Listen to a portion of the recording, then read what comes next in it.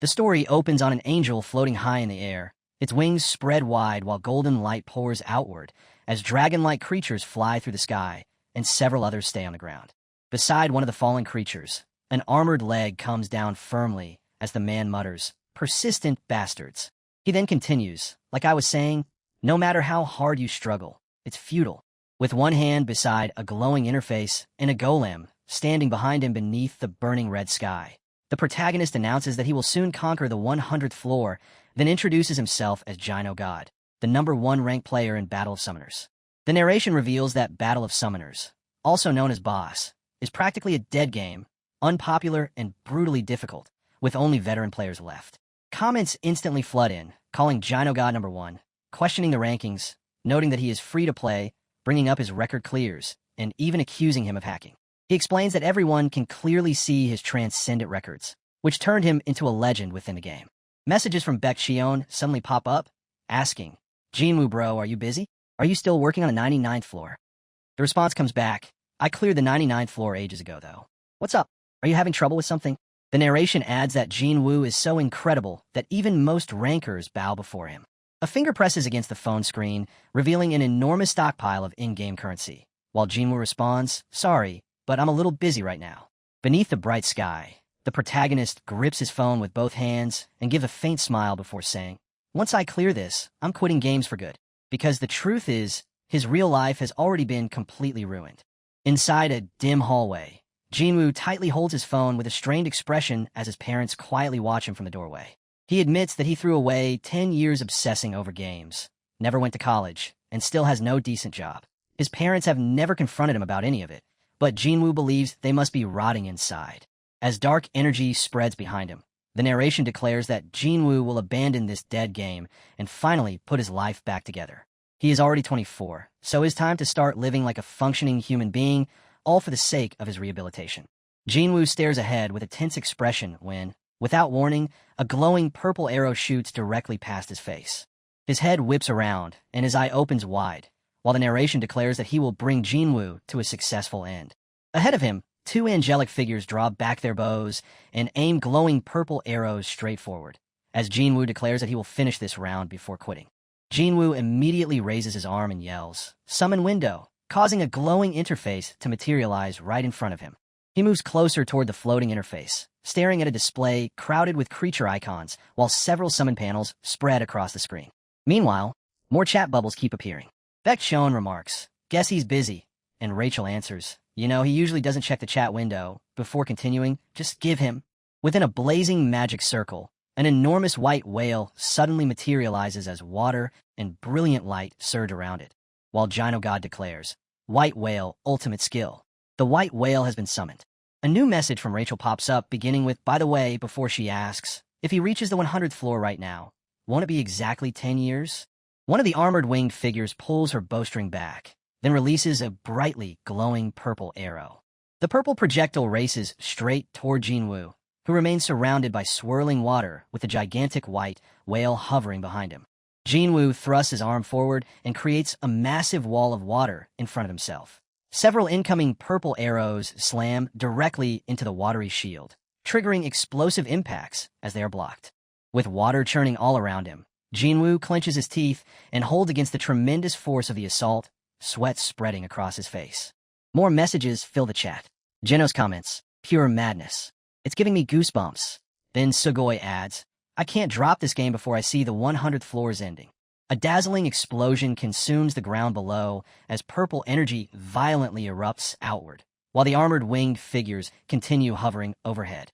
Two of those winged armored figures tilt their heads downward, watching whatever lies beneath them while clouds of dust rise from below. Without warning, both armored figures are pierced completely through their torsos. Blood bursts outward as the force of the strike spreads between them. Gino God stands nearby with one arm extended straight ahead, water twisting around his body while the enormous white whale remains floating above him. He watches everything ahead with a calm expression as glowing droplets of water slowly drift around his face. The chat appears once again, with Sugoi saying, "Wow, Gino God never disappoints." Baek Jinwoo immediately follows by asking, "But did you guys see the announcement?" Gino God suddenly looks back over his shoulder, and a single bead of sweat forms across his face. A colossal dragon now towers directly in front of him. Its enormous jaws spread open as flames build inside its mouth, aimed straight toward Gino God. Meanwhile, Baek Jinwoo continues his message, saying, "The one about a new world opening if you clear the 100th floor." The gigantic dragon releases a blazing fireball directly at Gino God, sending roaring flames ripping through the air toward him. Gino God's eyes immediately widen, the approaching flames reflected inside them as a drop of sweat runs down his face. Waves suddenly spiral upward, gathering into the shape of a gigantic water dragon above Gino God as he raises one hand and shouts, "Blue Dragon." The massive blue dragon opens its jaws wide before firing a concentrated torrent of water directly forward. More messages continue appearing in the chat. Baek Jinwoo asks, "Does that mean the game's entire framework will change? What does it mean?" Rachel answers that it was likely nothing more than a joke, since the developers never believed anyone would actually clear the 100th floor. Fire and water smash directly into each other, creating a blazing vortex that twists violently as flashes of lightning tear through the collision. Gino God stays on his feet amid the splashing water and drifting embers, keeping a tense expression as the clash continues. Another message from Baek Jinwoo suddenly appears, reading, "If the world really changes, our reality turning into a world of the summoners." Then, without warning, a colossal explosion detonates across the area, drowning everything in blazing light while shattered debris flies in every direction. The protagonist raises his phone, his face reflected across the screen as a glowing notification appears, announcing that the Tower of Trial's 100th floor has finally been cleared. Unable to contain himself, he throws both arms high into the air with the phone still in hand, opening his mouth wide as he screams, "I beat it." He bends backward with laughter and lifts the phone overhead using both hands, shouting, "I finally cleared it." People nearby immediately look his way, asking, "What's with him?" while another says he must be crazy. Tears roll down the protagonist's cheeks as he presses the phone against his face and grins broadly, while the information confirms that Gino God has conquered the 100th floor and will now leave the game. Still gripping his phone, he stares at the confirmation of his 100th floor victory and says, "Though before I quit, I should brag to the veterans." In front, one man watches with a tense look, while behind him the protagonist lowers his gaze and taps away at his phone. Another man beside them notices the situation and asks, "What's going on?" Suddenly, the protagonist lifts his head while still holding his phone as a mysterious blue light begins shining down on him from above. Across the sky, an enormous glowing blue panel materializes, declaring that the 100th floor of the Tower of Trials has been cleared, causing everyone along the street to stop and stare upward. The gigantic blue screen remains stretched across the sky, now announcing that the beta testing period has officially ended, while someone below asks, "What's that?" The protagonist continues staring upward with a tense expression before saying, "Why is the game screen in the sky?" Then red scrolls start descending through the air, making pedestrians stop and look around, while the protagonist stays in the middle of the street with his phone still in hand. One boy brings a red scroll close to his face, while a girl beside him examines another one in her hands, and he asks, "What is this?" As the boy continues looking at the scroll, a glowing instruction suddenly appears in front of him, ordering him to tear the summoning scroll. Holding the scroll, the boy gives a faint smile and asks, "Is it some kind of event?" The girl standing next to him watches before saying, "Let's tear it." The boy grips the red scroll firmly with both hands and starts pulling it apart. The protagonist immediately reaches one hand toward him and yells, "No, don't do it." But it is already too late, as the student completes the motion and tears the red scroll entirely in half. The instant the scroll is ripped open, a burst of fire explodes from between his hands, throwing him backward as pain twists across his face. A gigantic blue display suddenly dominates the view, revealing that a new world is now being created. The protagonist remains motionless, able only to stare ahead with widened eyes and a tense expression. A colossal stone golem with burning red eyes rises above crumbling buildings, while a winged creature flies overhead and numerous monsters charge forward beneath it. The protagonist stands completely frozen in place, his eyes open wide as he quietly mutters, "This can't be." Then he abruptly snaps his head over his shoulder, shock completely covering his face. Nearby, a woman starts shaking uncontrollably, her eyes stretched wide and her mouth hanging open as she screams in terror. The entire street has been destroyed and littered with rubble, while the protagonist lies on the ground beside a truck as people rush around him and shout, "Over here!" Someone screams, "Someone got hit by a truck. Please help." The protagonist remains motionless, lying face down across the crosswalk as blood gathers beside his head, while more bystanders crowd around and another person yells, "Call 911." Barely conscious, he lies weakly on his side with his eyes half open and mutters, "Damn it, this cursed game." Nearby, his shattered phone rests on the ground covered in blood, yet its screen still shows the notification declaring that a new world is being created. Later, the protagonist is unconscious in a hospital bed and hooked up to medical equipment, while his parents remain beside him. On the television, a news report announces the beginning of another International Player League season, with South Korea once again finishing near the bottom. His fingers suddenly twitch against the bedsheet as the broadcast continues, explaining that the country needs to secure more high-rank summons while experts discuss methods for obtaining summoning scrolls. His mom is peeling an apple with a knife when she notices the movement and instantly freezes, staring at him in shock. The knife falls from her hand and hits the floor as she cries, "Honey," while someone nearby immediately shouts, "Quickly, get a doctor." With bandages wrapped around his head and cheek, the protagonist slowly begins opening his eyes as someone announces, "Jinwoo is awake." Later, Jinwoo sits upright in the hospital bed and looks toward his parents, who stand beside him with worried faces while explaining everything that happened during the time he was unconscious. Jinwoo's eye widens when he hears the unbelievable truth after waking up. 3 entire years have passed since the accident. Inside the hospital room, a small stone golem with glowing eyes lifts one arm, and Jinwoo realizes that it belongs to his dad, proving that everything happening around him is real. Jinwoo looks downward in disbelief while his dad explains that the golem helps him load and unload packages for deliveries, adding that it is actually useful. On another broadcast, a blonde woman stands behind several microphones as the report reveals that world rankers are searching for Jinwoo. She is introduced as Rachel, the world's #1 ranker, and declares that the 5 emperors are waiting for him. Still sitting on a hospital bed, Jinwoo stares at the monitor as the news says the entire world is searching for Jinwoo, making him realize that they are actually talking about him. The broadcast keeps showing Rachel standing at the podium, while Jinwoo confirms to himself that the name being mentioned really is his own. Jinwoo is shown standing with a glowing blue shard in his hand, while several figures sit or stand behind him among jagged stone formations, and he recognizes her, saying that it is definitely Rachel from One Heaven 5 Emperors. Suddenly, a glowing blue interface appears directly in front of Jinwoo and asks whether he would like to begin the tutorial. Still seated on the hospital bed, Jinwoo watches the floating screen ask if he wants to start the tutorial, then laughs and says that the world of Battle of Summoners has truly become reality. Jinwoo sits across from his parents as his mom holds a hand against her chest and his dad stands beside her. She tells him to rest before attempting the tutorial, but Jinwoo replies, "No, Mom," explaining that he needs to adjust as quickly as possible, and since his body feels fine, they do not need to worry too much. A faint smirk appears on Jinwoo's face as a drop of sweat slides down his cheek. He admits that he currently has nothing and still does not fully understand how much the world has changed, but even then, he believes this will be a piece of cake. Still sitting on the hospital bed, Jinwoo tightens his grip on the blanket and looks forward with a confident smile, declaring that when it comes to this game, he can become the best in the world every single time.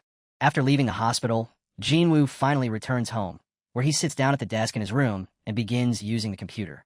On the screen, he reads through articles about Jinwoo and Rachel, while the narration explains that he started investigating everything about the world after Boss became reality.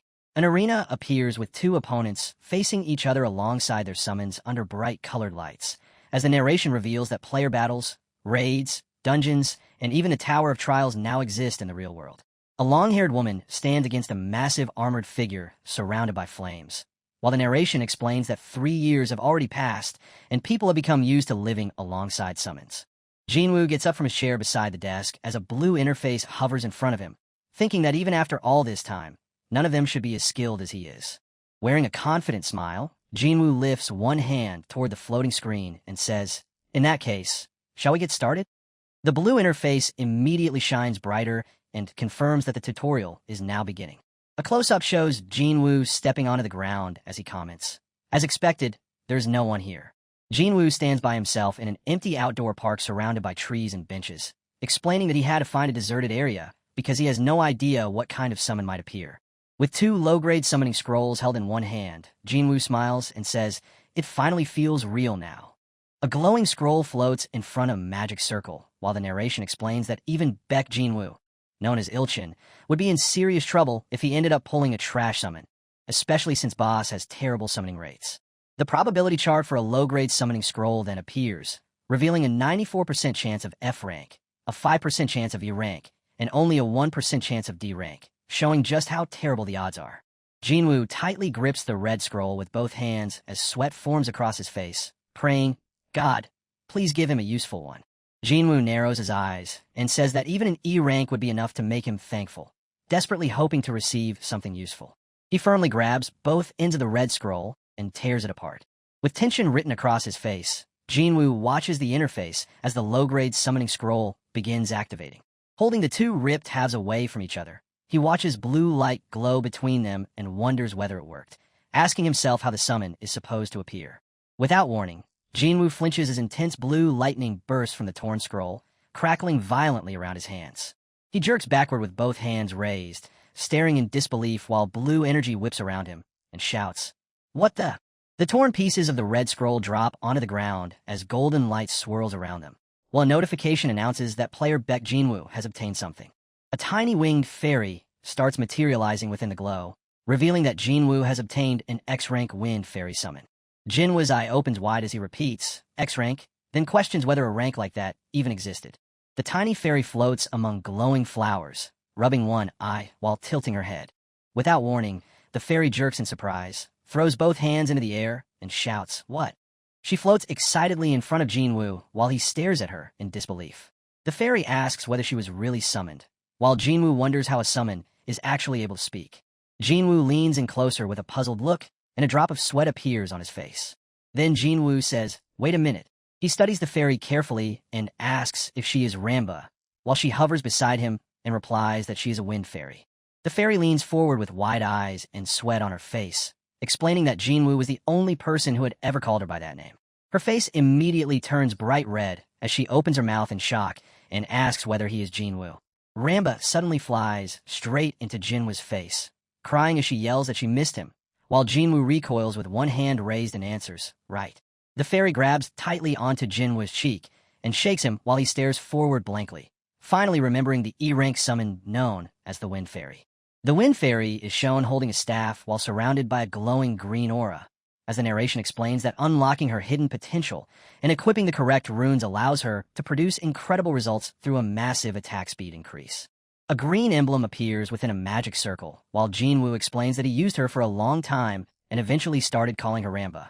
Ramba keeps clinging to his cheek as Jinwoo stands stiffly with a tense expression, remembering that this summon had originally been removed because of a bug patch during the game's first year.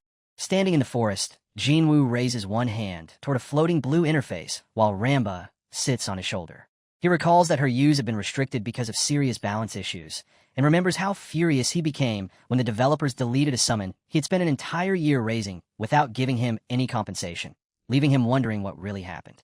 The interface shows that he has obtained a level 1 X-rank Wind Fairy labeled as Isolated, whose skill raises one target's attack speed by 3% every time she swings her staff. Jinwoo's eyes widen as he stares ahead, immediately focusing on the word Isolated. Ramba floats among glowing flowers with tears streaming down her face, sobbing as she explains that she was suddenly pulled into a strange place and trapped there with no way to escape, before begging Jinwoo never to leave her again. Jinwoo lifts his hand in front of Ramba as she presses herself against his palm, and he says, "Wait a minute, Ramba," turning toward her with surprise as sweat runs down his cheek. Jinwoo asks who was responsible for trapping her. Ramba begins sweating nervously while hovering with one finger against her lips and a forced smile, starting with, "Oh well," before stumbling over her words and asking what she had just said. Suddenly, she grabs her head in pain while floating beside Jinwoo, crying out that her head hurts terribly as he watches her with a confused expression. Ramba keeps one hand against her head as she weakly drifts among the flowers with a dazed expression, explaining that the pain is so severe she cannot remember anything and believes someone must have put a restriction on her. Jinwoo looks toward Ramba as she hovers low with an exhausted posture, then tells her to explain only the things she is still able to remember. Covering her mouth with one hand, Ramba floats forward and apologizes, saying there is not much she can tell him. She explains that they were isolated and originally had no way to leave, regardless of how many times players attempted to summon them. As leaves drift through the forest, Jinwoo asks what she means by we, and whether there are other isolated summons. Ramba explains that everyone was kept in separate rooms, so she has no idea who the others were, but she knows for certain that more existed. Jinwoo rests one hand against his chin and thinks carefully, estimating that there were probably around 10 individuals before quietly repeating that number to himself. Lowering his head slightly with tension across his face, Jinwoo mutters that this is crazy and says there is no way it could be true. Inside a golden glow, a bright-eyed fairy appears as a framed silhouette while Jinwoo remembers the 10 summons that vanished after being labeled as bugs while he was still using them. Several more golden framed silhouettes overlap before him as Jinwoo wonders if every one of those summons had actually been classified as isolated X ranks. Another voice explains that tearing a summoning scroll gives them a chance, mentioning that the call of a low-grade summoning scroll had been heard again. Standing beside the ripped pieces of the red scroll scattered across the ground, Jinwoo realizes that the reaction only happens with summoning scrolls torn by him. Jinwoo takes another red scroll and holds it with a determined look, concluding there can be no doubt about it, and declaring that he must be the only person capable of obtaining X-rank summons. Gripping both sides, Jinwoo tears the scroll apart as blue energy erupts between his hands. He notes that he is using another low-grade summoning scroll and wonders whether every scroll he personally tears will summon an X-rank. But instead, a massive blue gorilla appears within the crackling energy and roars with both fists raised, revealing that Jinwoo has obtained an F-rank hairy gorilla. Jinwoo stares at the summoned gorilla with a drop of sweat on his face as Ramba hovers nearby and the gorilla crouches down. He admits his theory was wrong, since this summon is only F-rank, meaning the possibility of obtaining an X-rank must be random. With one hand thoughtfully touching his chin, Jinwoo decides that he needs to tear as many summoning scrolls as possible to increase his chances of pulling X-ranks. If he can eventually collect every one of them, he might even become stronger than he was during his time as Ilchin. Ramba floats beside the gorilla's shoulder with clenched fists and a cheerful expression. Jinwoo calls out, "Ramba," and she immediately responds, "Yeah, Jinwoo." Jinwoo looks at Ramba hovering in front of him and tells her to stop calling him Gino God, asking her to simply call him Jinwoo instead. Surprised by his request, Ramba asks why. Jinwoo looks ahead calmly and explains that, because of the 5 emperors, the name Gino God has already spread across the entire world. Red warning-like visuals fill the scene as Jinwoo thinks that no matter how much better his knowledge and experience may be, he still cannot tell whether the 3-year gap has left him at a disadvantage. And if people learn that Gino God can now control X-ranks too, Jinwoo's face grows serious as he realizes he could easily become the target of envy and jealousy. Without warning, a flock of birds suddenly bursts upward past a tall tree, apparently frightened by a noise coming from somewhere in the distance. Jinwoo stands across from the gorilla with Ramba floating between them, but his body suddenly stiffens as he asks, "What the hell is this sudden feeling?" The gorilla jerks its head backward with its mouth opened wide, while Ramba recoils in midair and screams as an overwhelming sound rings through the area. A glowing blue portal suddenly forms beside Jinwoo, making him lean forward tensely as a message appears announcing that they are moving on to the next step. Jinwoo clenches his fists and faces the swirling portal while his summons remain behind him. A notification reveals that a basic beginner dungeon has been created, causing him to react, "What? Right now?" Jinwoo tightens one fist and says, "Wow, damn it. Do I really have to go in?" Even though he has already cleared countless dungeons. The brilliant blue portal continues spinning violently as Jinwoo reminds himself that the real world is completely different from a game. Jinwoo lowers his head with his jaw clenched and sweat sliding down his cheek, forcing himself to stay calm even though he admits that he is genuinely scared. He gradually lifts his head with renewed determination, reminding himself that he will not be the one fighting directly and that this is only a tutorial dungeon, while the message identifies him as player Baek Jinwoo.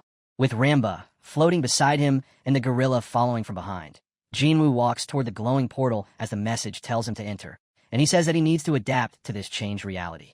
Jinwoo remains motionless inside the dungeon, keeping his expression calm and focused. He is completely alone in a dark, rocky cave corridor. Jinwoo glances sideways, wondering if he has truly entered the dungeon, then remarks on how creepy this place feels. Right then, a system notification confirms that player Baek Jinwoo has successfully entered the beginner dungeon. Jinwoo swallows nervously as he looks at the interface, realizing that this is where everything finally begins. Inside a glowing space, 2 summon cards suddenly materialize, revealing an ice golem and a gargoyle. Another system message explains that battles inside dungeons require players to form teams using summons, while the 2 displayed creatures clash against each other. 5 vacant card slots then appear, and the next message states that a single team can contain no more than 5 summons. Immediately afterward, a prompt asks Jinwoo whether he wants to add Windy X rank and Hairy Gorilla Frank to his current team. Jinwoo quietly examines the interface. Normally, He thinks he would occupy all 5 available slots to give himself the highest possible chance of successfully clearing the dungeon. His thoughts return to the countless hours he spent alone at a desk, surrounded by darkness with only a screen lighting the room. Entering with merely 2 summons might appear reckless, but with the right strategy, succeeding is not entirely impossible. Under the faint light, Jinwoo narrows his eyes and declares that he has already done this thousands of times, perhaps even tens of thousands. Without hesitation, Jinwoo reaches toward the interface and taps yes with a single finger, saying that he has already mapped out the entire strategy in his mind. Ramba materializes with her hands clasped together, while the gorilla bursts forward with a powerful roar, officially deploying both summons. Standing straight inside the cave with Ramba hovering at his side, Jinwoo says, "Let's see, the monsters in the tutorial dungeon should be." Before he can finish, a growl reverberates through the cave. Jinwoo's eye snaps wide open, and a drop of sweat forms along his cheek. On the uneven, rocky floor, a gray wolf appears, exposing its sharp teeth while releasing a threatening growl. The system identifies the creature as a starving gray wolf, then displays Jinwoo's objective: defeat the wolf and successfully escape the cave. Sweat remains on Jinwoo's face as he watches the monster seriously and says, "An F-rank gray wolf." Jinwoo braces his shoes firmly against the rocky floor, and golden energy suddenly starts accumulating around his feet.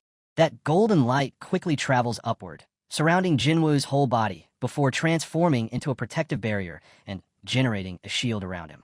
Protected inside the shining barrier, Jinwoo examines the floating blue interface and notes that the player protection system has been implemented flawlessly, though he immediately reminds himself that he is now dealing with reality. A crimson warning suddenly flashes before him, stating that being attacked without an active protective shield will result in his death. With sweat covering his face and tension showing clearly in his expression, Jinwoo says, if he fails, it won't just end with a game over. The gray wolf begins moving toward them, its eyes glowing crimson as it bares its teeth and continues growling. Jinwoo immediately shoots one arm forward and commands, "Harry, go attack." The gorilla responds by roaring and charging straight toward the wolf. However, right in the middle of its charge, the gorilla abruptly freezes in surprise.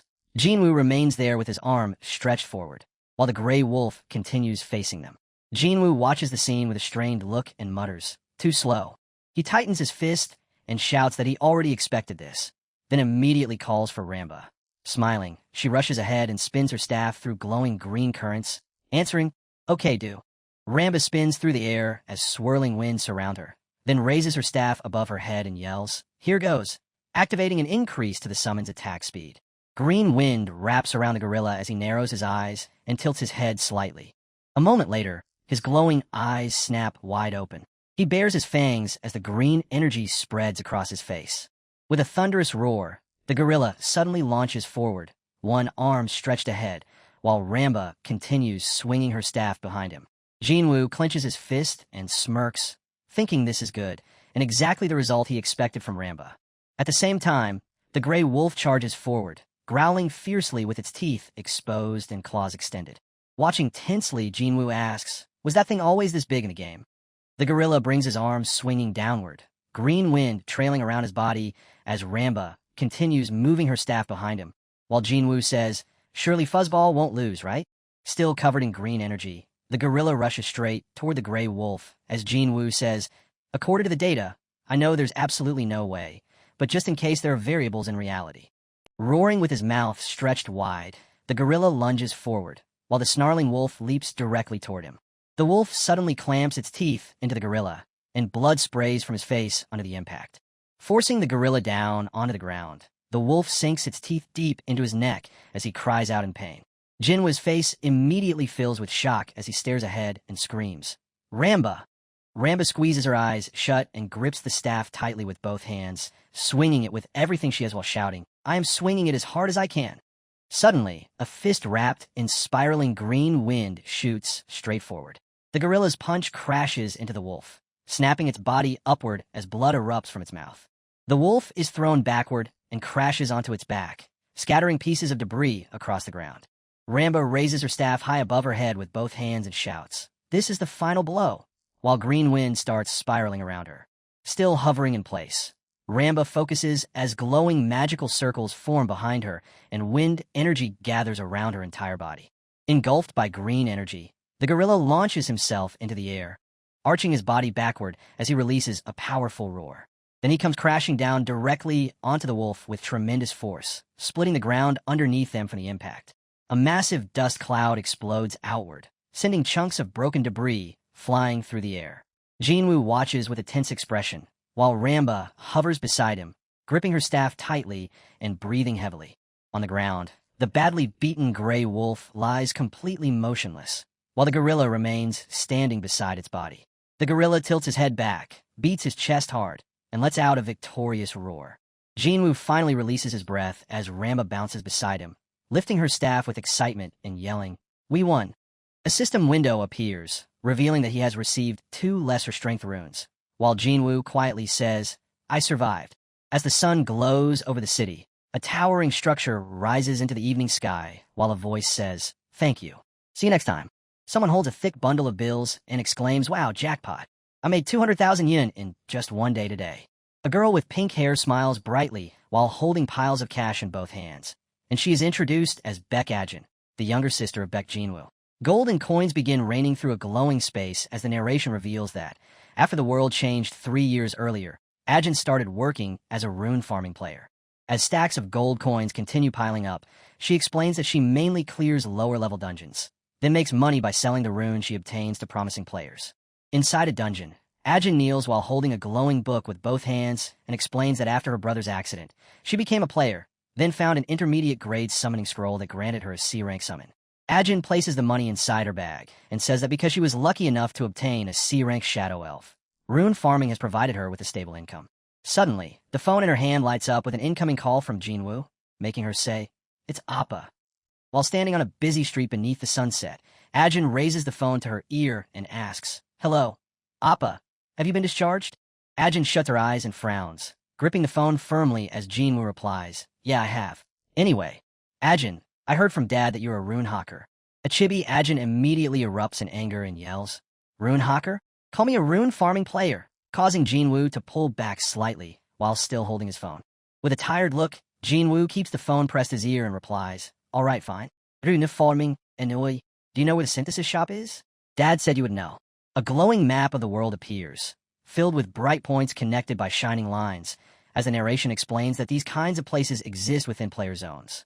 After towers of trials appeared across the world, special areas became necessary for handling summon-related businesses.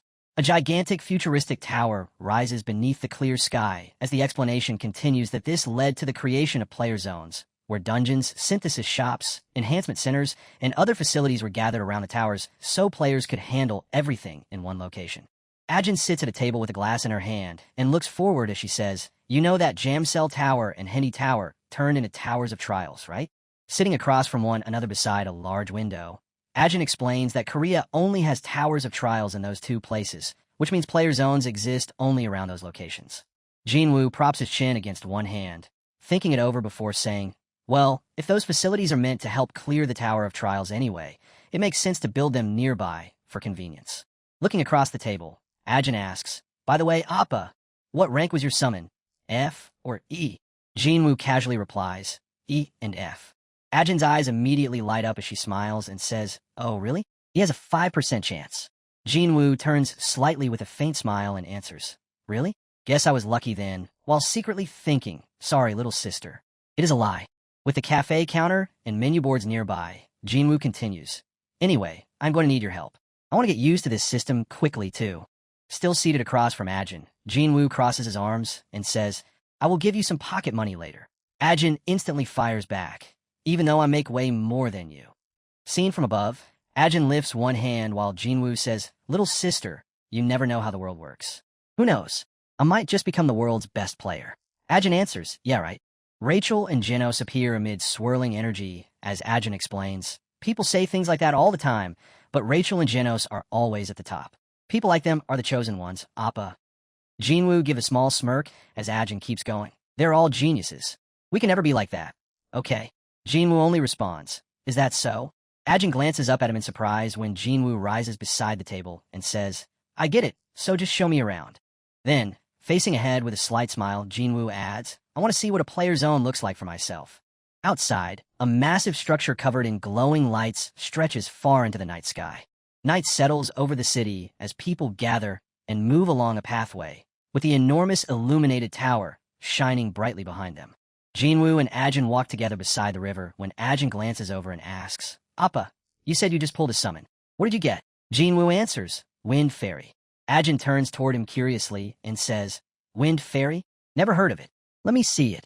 Jinwoo keeps walking with a tense expression while an irritated Ajin follows behind, and he says, What? No chance. She immediately fires back. Why?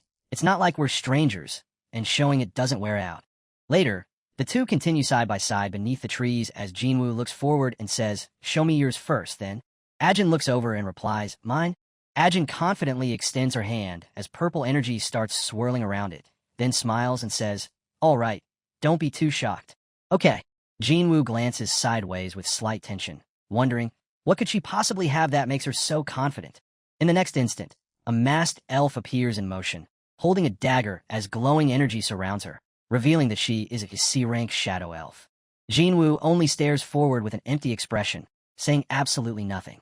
Irritated by his response, Ajin leans toward Jinwoo as he looks back at her, then asks, What's with that lukewarm reaction?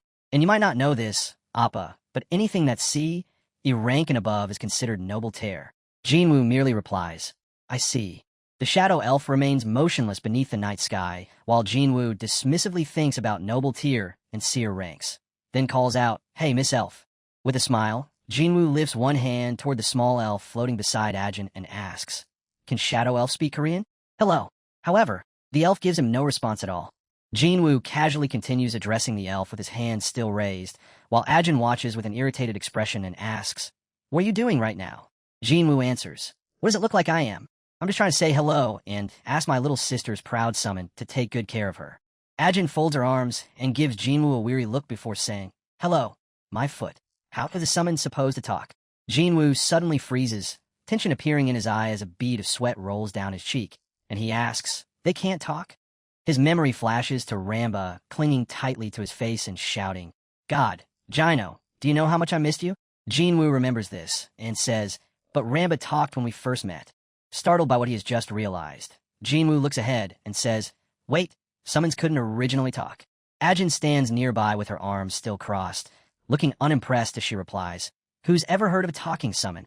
Ramba appears beside Jinwoo while he continues staring forward tensely and explains, No, I mean that's true. But since Ramba talked, I thought all humanoid summons could talk now as part of the reality patch. Ajin looks at Jinwoo seriously and says, Okay, now show me your summon, Appa. Jinwoo simply turns away from her and answers, Later. Ajin leans forward in frustration and yells, What? Why? I showed you mine. Jinwoo keeps moving and replies, I said I'll show you later, while thinking that attracting attention now would be a bad idea, and that he must watch himself whenever he speaks with Ramba. Beneath the city's night sky, Jinwoo continues ahead and says, Just hurry up and guide me. Ajin rushes after him from behind, shouting, Wait for me. As Jinwoo looks ahead, his eyes open slightly wider and his mouth drops before he mutters, Wow. Now standing on a street glowing with neon lights, Jinwoo scans his surroundings in surprise while Ajin stays beside him, then asks, Is this really Jam Cell World? Ajin walks in front with one hand raised as Jinwoo follows with a puzzled expression, and she explains, That's right. When the Tower of Trials appeared, the company just tore the whole place down. Jinwoo quickly asks why. Ajin stares forward blankly as toy figures surround her, and a dark tower rises behind them beneath a stormy sky. Then says, Why, you ask? Who want to play next to that gloomy tower? Jam Cell World is no longer presented as a land filled with dreams and hope. Jinwoo stands there expressionlessly as a packed roller coaster appears behind him against a blazing backdrop, and he asks, Wouldn't that make it even more thrilling? Instead, the place is described as a land of adventure and thrills. Jinwoo and Ajin appear in simplified forms facing one another while Ajin gestures with both hands and explains, Dungeons literally took root right in the middle of Jam Cell World. Who would come to play? Jinwoo answers, I guess that's true. Jinwoo looks ahead with tension, thinking that dungeons are certainly frightening, yet seeing locations from the game turned into reality gives him a completely different feeling. With his back facing forward, Jinwoo stands surrounded by the colorful glow of the street's neon signs and admits, Honestly, it's exhilarating. Jinwoo turns toward several glowing booths where people exchange items over counters and asks, Is that the marketplace? Ajin answers, Yeah.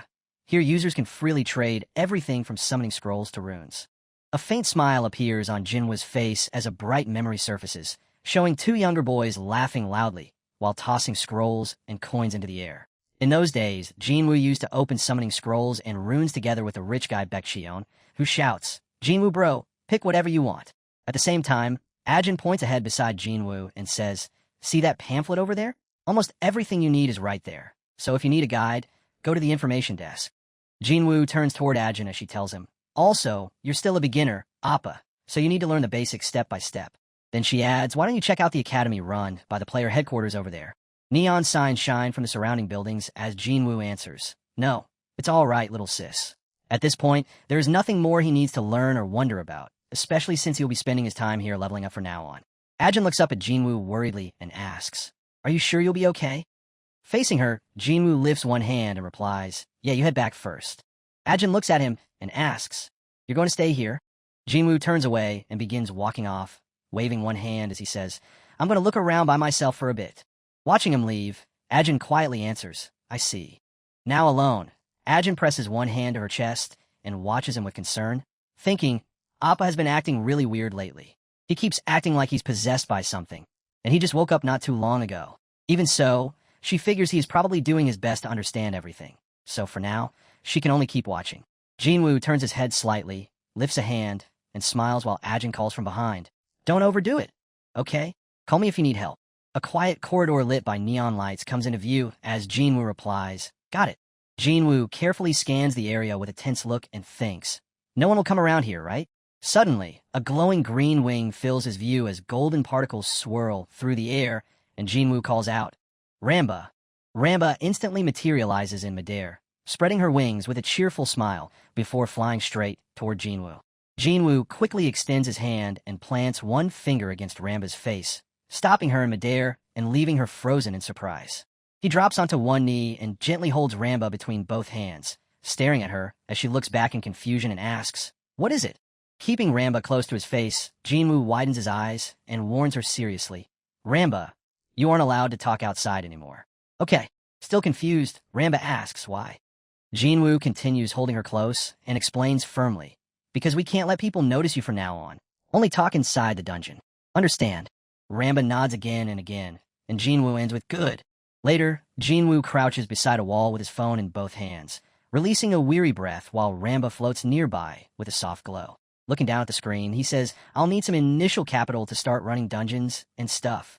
Jinwoo tightens his grip around the phone and stares at the display, where his bank balance shows just 12,500 yen. Still looking down at the phone, Jinwoo lowers his head with a drained expression and mutters, "What a life." A massive clock appears while bills float around it, and Jinwoo thinks, "Can it get any worse than this? Even if I was in an accident, I can't believe this is all I have left in my bank account. And going back to part-time work like before would just waste time." Jinwoo drops onto the ground and clutches his head with both hands while Ramba floats nearby, then mutters, "Damn it."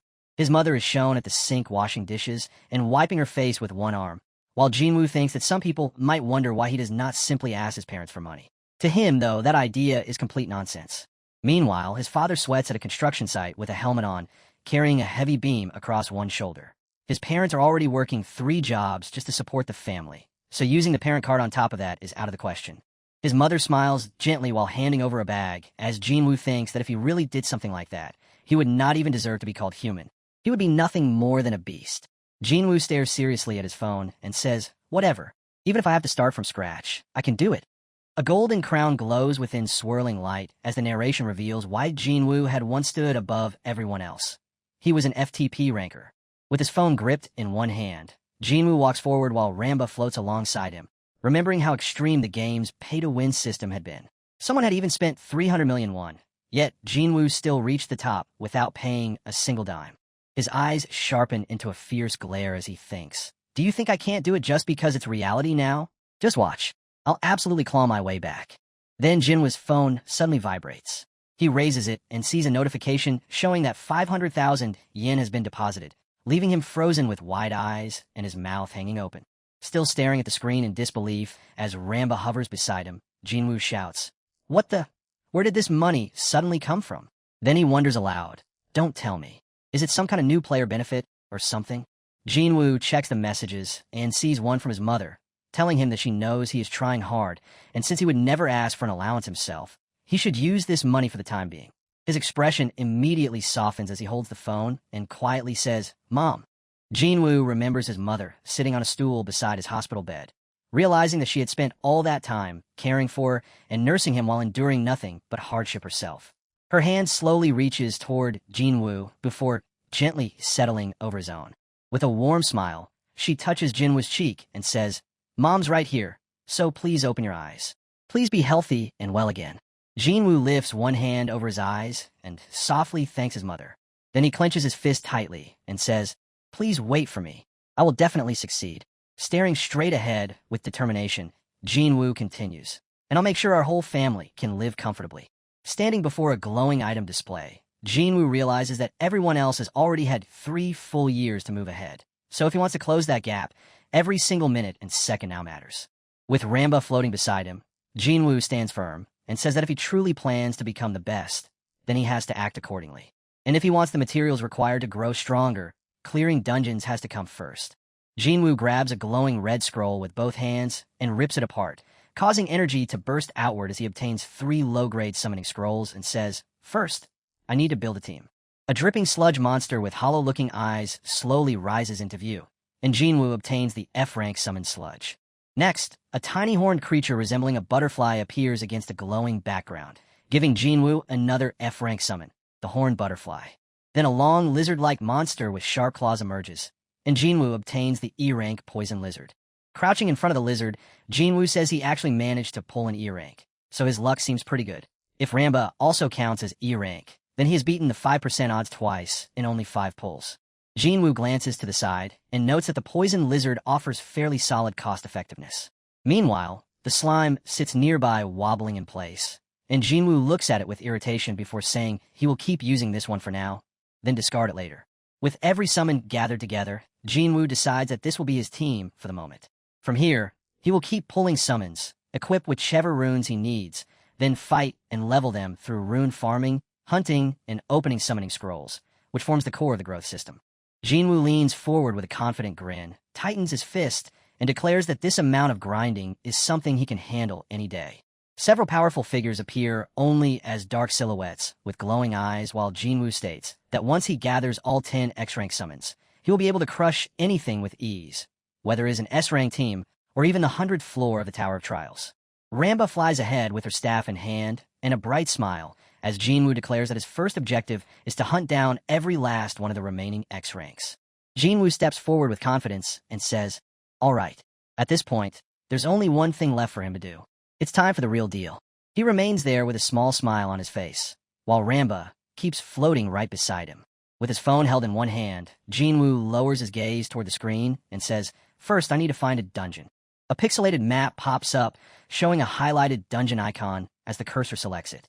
Jinwoo explains that when this world was only a mobile game, entering a stage required nothing more than a simple tap. But things are different now, and he doubts getting inside an actual dungeon will be anywhere near that easy. Still walking with his phone in hand, Jinwoo glances at the screen with a faint grin and wonders, so how exactly does this work in reality? Without warning, Jinwoo's eye opens wide, and a drop of sweat appears along his cheek. Standing right in the middle of the crowded area, Jinwoo suddenly freezes before shouting, "What the hell is this?" His outburst immediately makes the nearby people turn and stare at him. Jinwoo continues clutching his phone as his body starts trembling and sweat runs down his face. Stunned by what he's discovered, he mutters, "Even if you have a summon." A cartoon panel suddenly appears, where a tiny horned character gasps before introducing today's lesson on dungeon access. It explains that possessing a summon alone doesn't give someone permission to enter a dungeon. Jinwoo instantly questions this, asking whether he seriously can't simply walk inside. Next, a map appears with multiple glowing dungeon markers scattered throughout different regions. The explanation continues, revealing that dungeon gates randomly emerge regardless of location, while the amount of energy they emit indicates how difficult each dungeon is. Behind Jinwoo, an enormous swirling portal forms, pouring out brilliant energy while he stands nervously in front of it. The explanation reveals that the regulations have recently changed, which means that regardless of how easy a dungeon happens to be, a chibi version of Jinwoo and Ramba gets forced backward by a barrier sealing off the entrance. The rule is clear. Only those who have officially registered as players are allowed to go inside. Defeated, Jinwoo finds himself sitting on a bench with his head hanging low and one hand covering his face. His eyes tighten as he grumbles about his terrible luck, questioning why he had to wake up right after the law had already been changed. Just then, Ramba suddenly reaches forward from behind him and gives Jinwoo a small tap. Now appearing in her adorable chibi form with puffed-up cheeks, Ramba tries to encourage him by calling out, "Cheer up, Jinwoo." Hearing her, Jinwoo lifts his head and turns toward Ramba, a faint smile appearing on his face. He gently pats Ramba's head and tells her, "Thanks, Ramba." She immediately closes her eyes and beams with a huge smile, clearly thrilled to receive his praise. Jinwoo then leans back a little, his expression changing as he begins thinking things over. The scene then cuts to a building under the nighttime sky, where Ajin calls out over the phone, "Hello, Appa." Ajin is stretched out on her stomach across the bed, holding the phone against her ear as she asks, "What time are you coming home?" She follows up by saying, "Mom is asking what you want to do for dinner." Ajin keeps the phone in her hand, looking a little confused as Jinwoo tells her he'll grab something to eat on his own, then asks, "Did you already know about this?" Ajin answers, "About what?" The moment Jinwoo explains that dungeon entry requires completing player registration first, Ajin quickly sits upright on her knees with a startled look and suddenly blurts out, "Oh, right." As Ajin continues talking, Jinwoo asks whether she intentionally hid that information from him. Embarrassed, she immediately starts flailing around and protests, "No way. I seriously just forgot." Jinwoo holds the phone to his ear with Ramba perched on top of his head, while Ajin explains that this regulation was introduced only recently. Too many people have been dying inside dungeons, so the government finally intervened. Surprised, Jinwoo asks, "Did that many people really die?" A large crowd is shown gathered around a glowing portal, with suited staff guarding the entrance and warning everyone that nobody can go inside without permission. Seeing how chaotic the situation had become, Jinwoo comments that everything has gotten pretty troublesome. While listening, Jinwoo presses his fingers against his lips as Ajin explains that players now have to deal with tests, battles, and registration procedures, turning the entire process into a hassle. Jinwoo starts wondering whether these measures are intended to limit the number of players. A bright blue sphere of energy hovers over an open palm as coins float around it and dark hands stretch upward.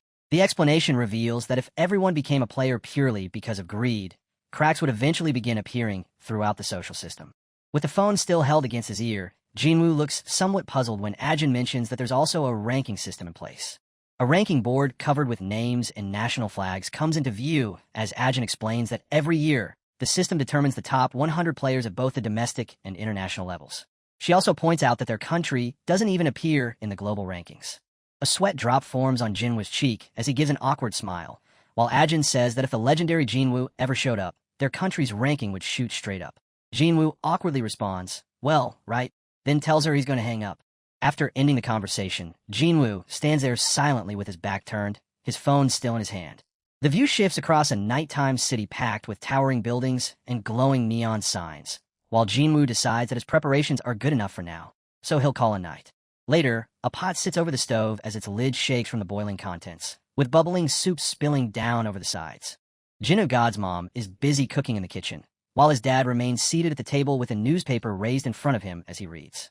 His dad lowers the newspaper slightly, turning his attention forward. Jinwoo appears at the doorway with one hand gripping his backpack strap, looking inside with mild surprise. His mom asks why he's already awake at 6 a.m., and Jinwoo explains that he has to leave early. Near the entrance, Jinwoo sits facing the door as his mother watches him worriedly and tells him to have some rice balls before heading out, but Jinwoo assures her that it's fine. Leaning forward, Jinwoo grabs his shoe firmly with both hands and keeps pulling at it until he finally gets it properly adjusted. Jinwoo then stands by the doorway with both of his parents behind him in the hallway, before suddenly calling out, "Mom, Dad." Turning around to face them, Jinwoo gives a small smile and says, "I'm sorry, I've only shown you my shortcomings until now." "Thank you." Jinwoo starts moving toward the exit as his surprised parents remain standing behind him, then says, "I'll be going now." His dad awkwardly scratches the back of his neck and comments, "That kid is making things awkward." His mom asks if their Jinwoo is really going to be okay, but his dad assures her that the government provides safety training nowadays.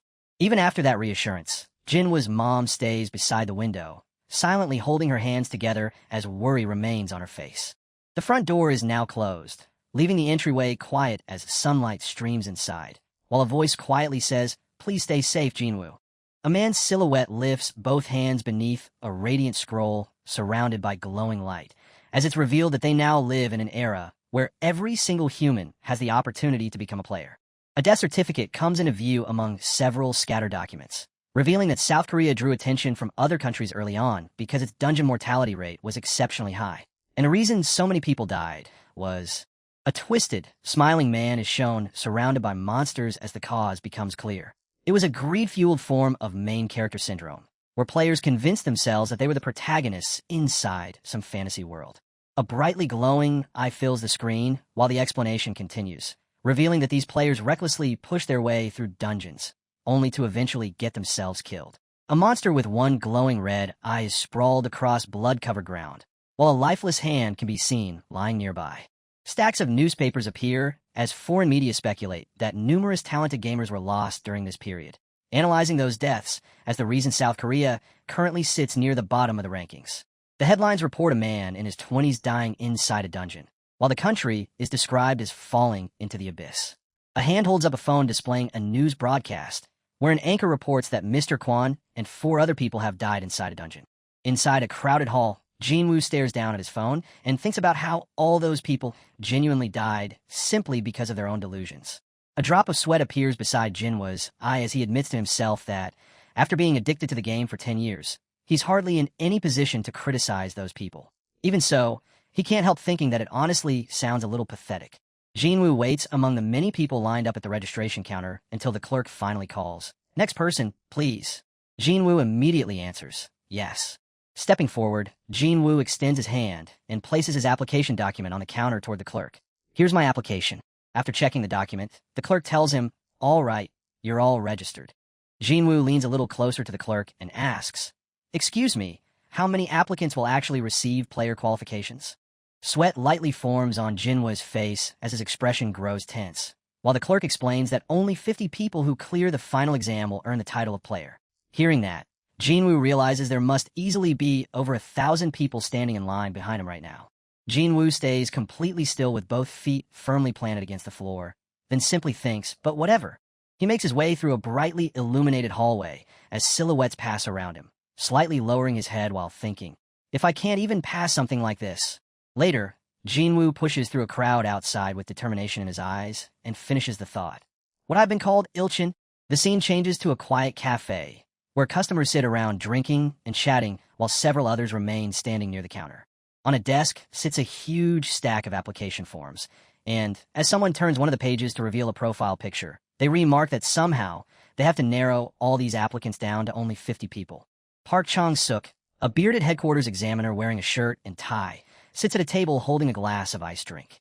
Keeping his other hand on the stack of documents, he says they'll have to choose more people if they want any chance of properly scouting talented candidates. Without any warning, a section of the wall suddenly blasts inward, violently throwing dust and chunks of debris throughout the cafe.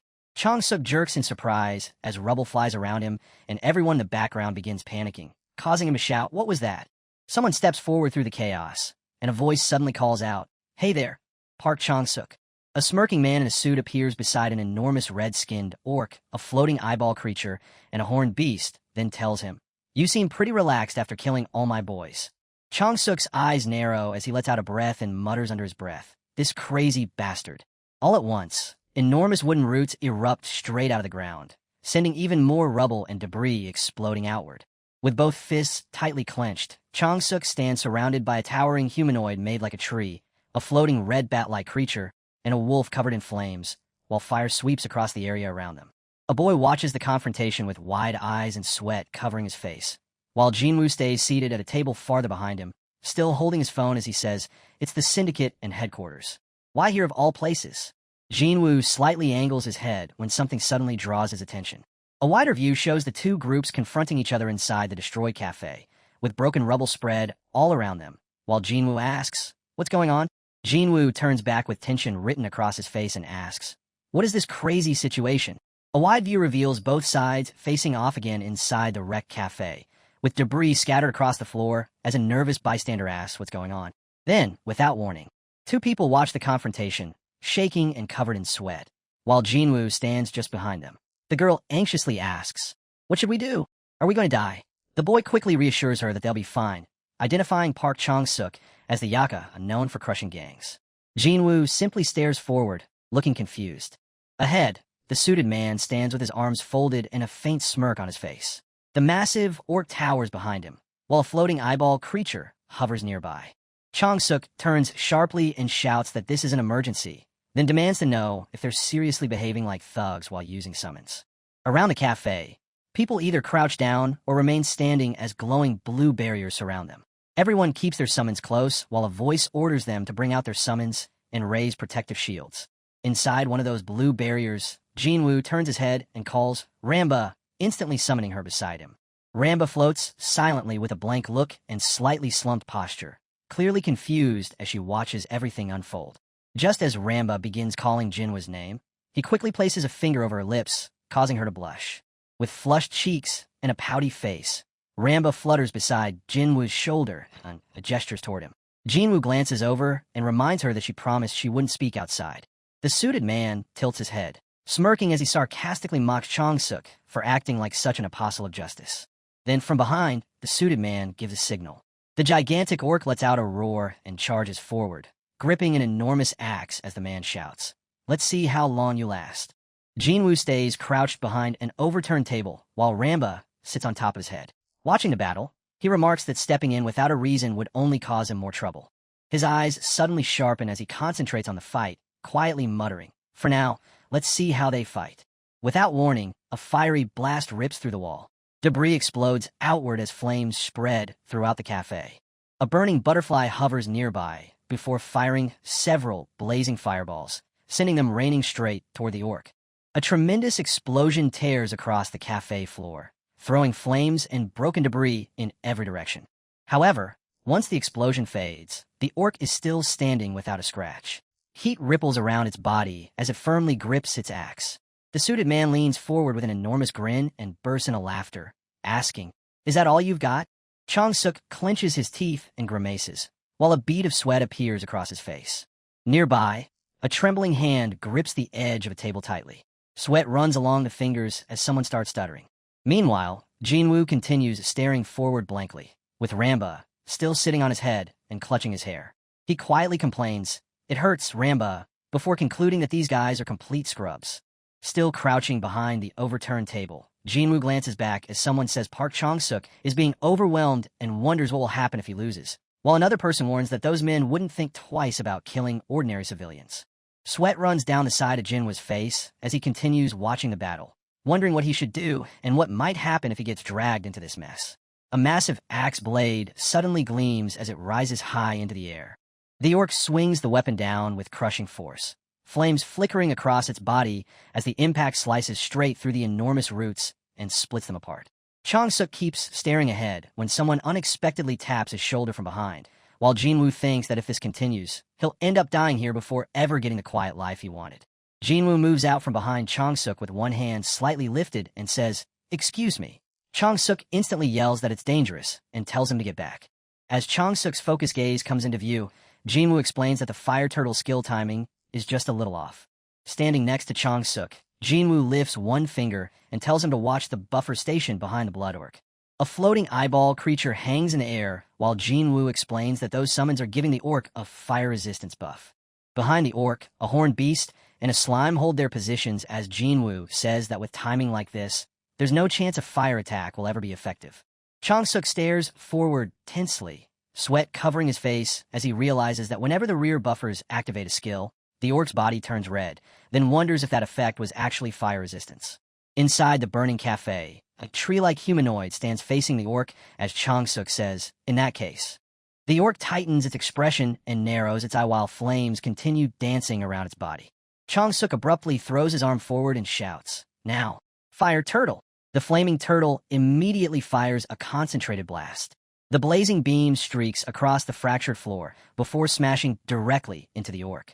Chong-suk clenches his fist, breaks into a huge grin, and shouts, "It actually worked." The suited man whips his head around in shock and yells, "How did you know?" At that moment, an enormous wooden root slams violently into the ground, blasting debris and shattered fragments outward from the force. A thick wooden vine then shoots upward and snatches the small winged eyeball creature out of the air, causing the suited man to recoil with his mouth open as he shouts, "Crazy!" A flaming creature with burning hair opens its mouth and releases a steady stream of fire, while the butterfly attacks at the same time by launching several glowing fireballs. A towering pillar of flames crashes down onto the orc and erupts into a brutal explosion, sending fire and debris bursting across the area. Chong-suk looks over the scorched battlefield as blue distortions flicker and fade wherever the summons disappear, then mutters, "How can this be?" The suited man leans backward with one hand raised as the shattered translucent barrier around him fades away, and he desperately cries, "Wait!" Sweat covers the suited man's shaking face as he cries, "I'll turn myself in. I'll surrender. I was wrong." Then he suddenly turns his head and looks behind him in shock. Dark wooden vines fill the foreground as he lets out a startled gasp. The thick vines wrap tightly around the suited man and lift him off the ground. He struggles wildly and begs, "Please spare me. I'll never act like a thug again." Chong-suk looks at him coldly and replies, "Shut up." With both legs restrained, the suited man hangs helplessly from a massive wooden vine, while Chong-suk declares, "Gang members face immediate execution."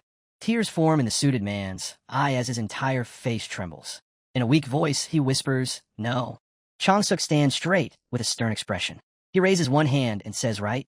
The next instant, a gigantic wooden vine crushes the suited man. Blood bursts outward while Chong-suk stands nearby, silently watching.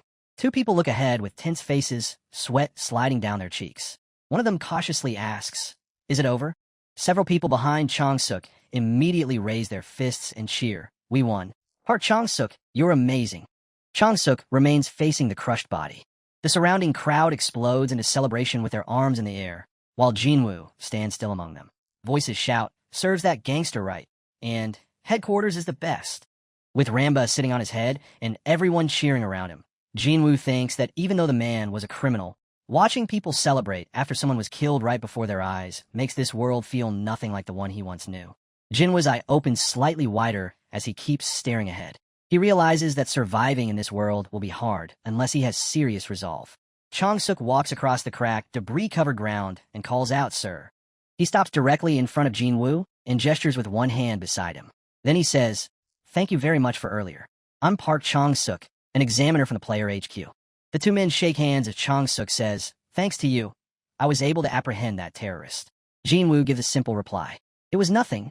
As they begin releasing their handshake, Chong-suk asks, "I'd like to offer you a reward. May I ask which guild you belong to?" Jinwoo answers, "Well, I haven't registered with headquarters yet. Is that okay?"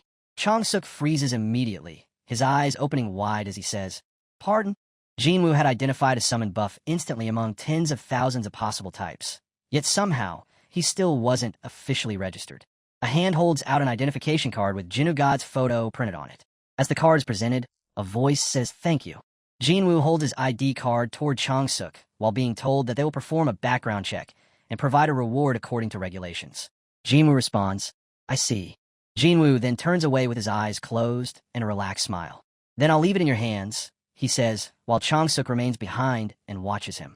Chong-suk keeps staring ahead without saying anything, his expression turning serious. A hand presses the green call button on a smartphone screen. Chong-suk holds the phone against his ear and says, "Yeah, it's me. I just sent you some data." Without lowering the phone, he continues, "Yeah, Jinwoo." Outside, Jinwoo walks with Ramba perched on top of his head, while it's mentioned that someone is currently investigating him. The sun shines brightly above the city, with buildings and trees lining the riverside path below. Jinwoo hands Ramba the soft cream bread and says here, before adding, "It must have been frustrating not being able to talk properly." As soon as Ramba notices the bread, her eyes light up, and she smiles brightly while clenching both fists. Jinwoo watches her with a calm smile as she bites into it, thinking that she really is easy to please. Ramba hugs the oversized cream bread with a joyful expression, while it is explained that some players even fight with their summons, but with Ramba, one cream bread is enough to solve everything. Jinwoo stares ahead with a bead of sweat sliding down his cheek, quietly wondering whether everything is really going to be okay. A red-skinned orc with glowing eyes grips a gigantic axe, while Jinwoo thinks that he never intended to get involved, but without his help, everyone there might have died. Across the ruined ground, a towering tree-like humanoid stands opposite the orc as the two face one another. Later, Jinwoo slumps on a park bench with Ramba, beside him holding her bread, realizing that this world has changed much more than he originally expected. His face grows serious as he looks forward, knowing that he can no longer put off hunting. A shadowed, armored figure stands with crossed arms, while Jinwoo decides he must gather summoning scrolls quickly and bring out his next companion, with the training instructor and dragon mage at the top of his list. A red-haired girl holds a staff while glowing energy surrounds her, as it is explained that both can be summoned from low-grade summoning scrolls since they are E-rank and dank. Ramba lies stretched out across the bench on her back, eyes closed and stomach full as she rests peacefully. Jinwoo stands in the city park with his back turned and says, "All right," making Ramba beside him react with surprise. Then Jinwoo places one hand on his hip, smiles confidently, and says, "Shall I get moving?" On a busy city street crowded with passing pedestrians, a voice suddenly blurts out, "What?" Chang-suk keeps the phone pressed to his ear and says that Jinwoo spent 3 years in the hospital after a car accident. His eyes widen as everything clicks into place, and he says that this explains why Jinwoo was never registered as a player. A dark reflective scene shows people surrounded by floating red scrolls, while it is explained that 3 years ago was when the whole world was thrown into chaos. Accidents were common during that period, so Jinwoo's circumstances made perfect sense. Over the phone, Chang-suk received confirmation that Jinwoo submitted his player registration application immediately after being discharged. He recoils in shock, dropping both his phone and papers as he shouts, "What?" The application documents come into view, with the name Baek Jinwoo clearly written across them, proving that the registration is genuine. Chang-suk grips the papers tightly and stares at them in disbelief before quietly muttering, "It's real." As people continue passing through the bright city street, someone asks, "Is there a problem, senior?" Chang-suk quickly composes himself and replies, "No, it's nothing." Holding the phone to his ear with a serious expression, Chang-suk says he will handle this personally and tells the caller not to question his reason, while the person on the other end hesitantly agrees. After the call ends, Chang-suk grips his smartphone while standing on the city street, thinking that simply waking up after an accident is one thing, but applying for player registration immediately afterward shows just how quickly Jinwoo can adapt. Looking down at his phone with a tense smile, Chang-suk murmurs, "Baek Jinwoo," then says he may eventually develop into an exceptional talent. The scene then shifts to a brightly illuminated interior ceiling covered with rows of lights and panels. Jinwoo steps onto the floor and reacts, "Wow."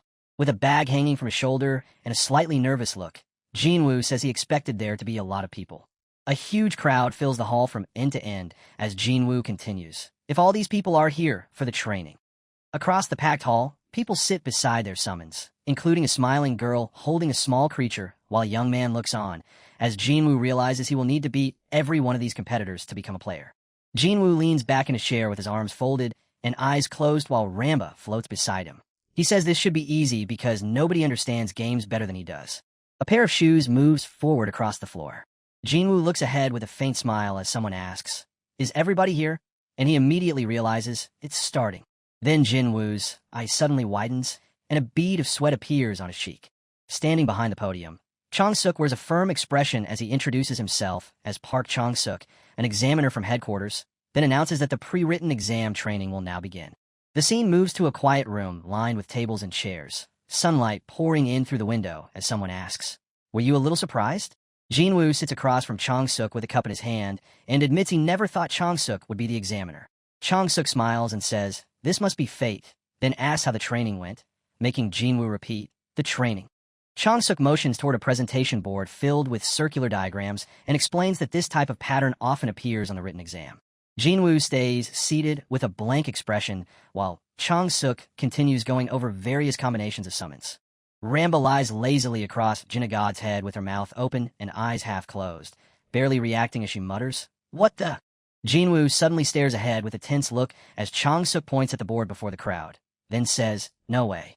That's a combo I spread around back in the day," and complains that they should have asked for his permission before using it. Jinwoo leans forward a little with a slight smile and says the training wasn't bad, while Chang-suk replies that he's glad to hear it.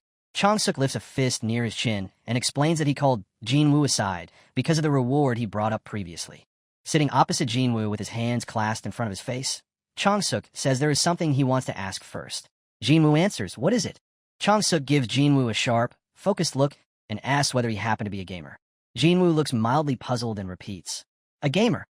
A glowing phone displaying Battle of Summoners appears among several silhouettes, as it is explained that a gamer means someone who played the game in the past. Anyone who played it is considered one, and 70% of Korean rankers are gamers. Jinwoo brings a hand to his chin and thinks that it would certainly look suspicious for someone who isn't even a player to already understand summon buffs. Chang-suk leans forward in surprise when Jinwoo admits he used to play, and says he knew it and immediately asks how long Jinwoo played for. Jinwoo narrows his eyes slightly, thinking that the game was already dead and had barely any players left.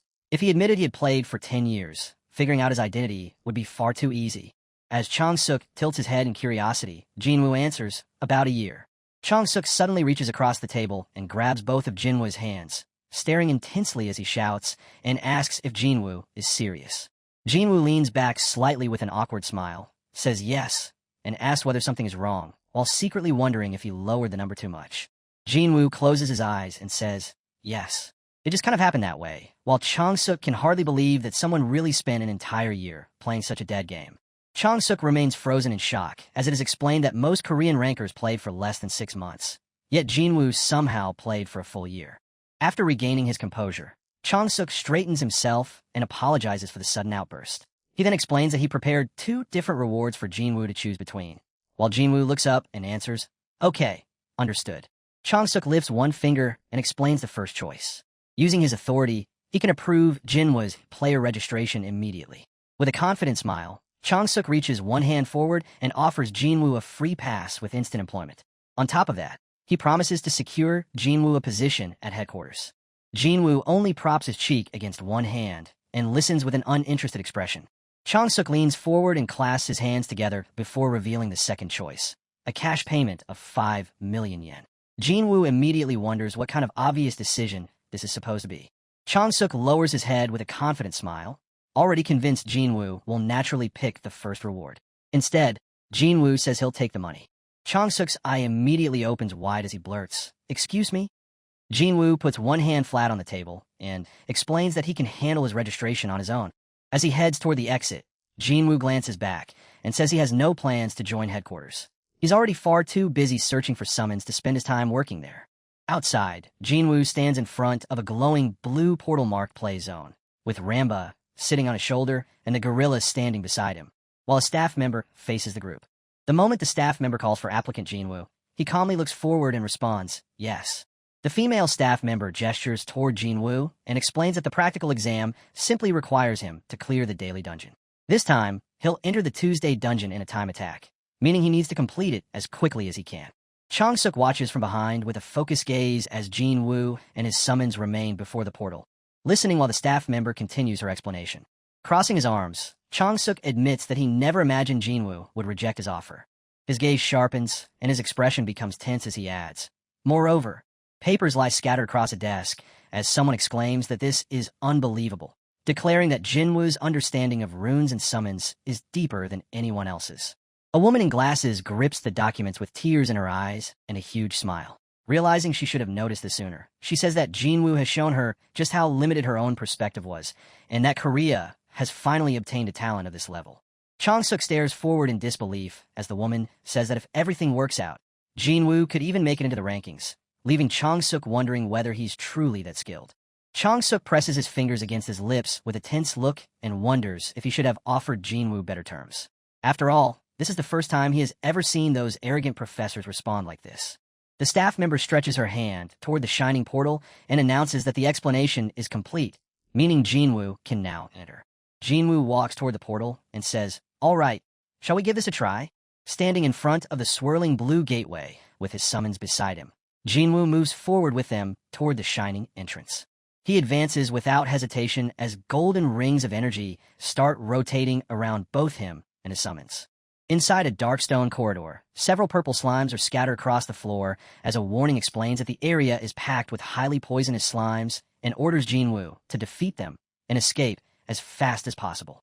Ramba leans forward excitedly while floating in the air as Jinwoo calls, Ramba! Gripping her staff, she answers, yeah, I'll build up stacks right away as green energy begins gathering around them. The gorilla throws back its head and roars, both fists tightly clenched as green energy coils around its body, repeatedly boosting its power by +3. A massive slime wearing a crown and glowing eyes looms above a maze of stone walls, while it is explained that the Tuesday dungeon is designed like a labyrinth where players must defeat slimes, locate the right path, and eventually reach the boss. A tiny figure stands lost at a corner of the maze as a timeout alarm rings, while it is explained that beginners often waste valuable time here after losing their way. Jinagod's mouth slowly forms a faint smile as the word, however, is spoken. He charges ahead with a confident grin while Ramba flies alongside him, shouting, let's go. Jinwoo tells her, the slimes are slow, so just ignore them. Keep going straight. Then says he knows this dungeon well enough to find the route easily. An empty stone hallway stretches ahead, surrounded by cracked walls and pillars. As someone calls out, "Over there." Jinwoo races through a doorway and enters a glowing passage, saying, "If we take the shortcut, we'll be home free."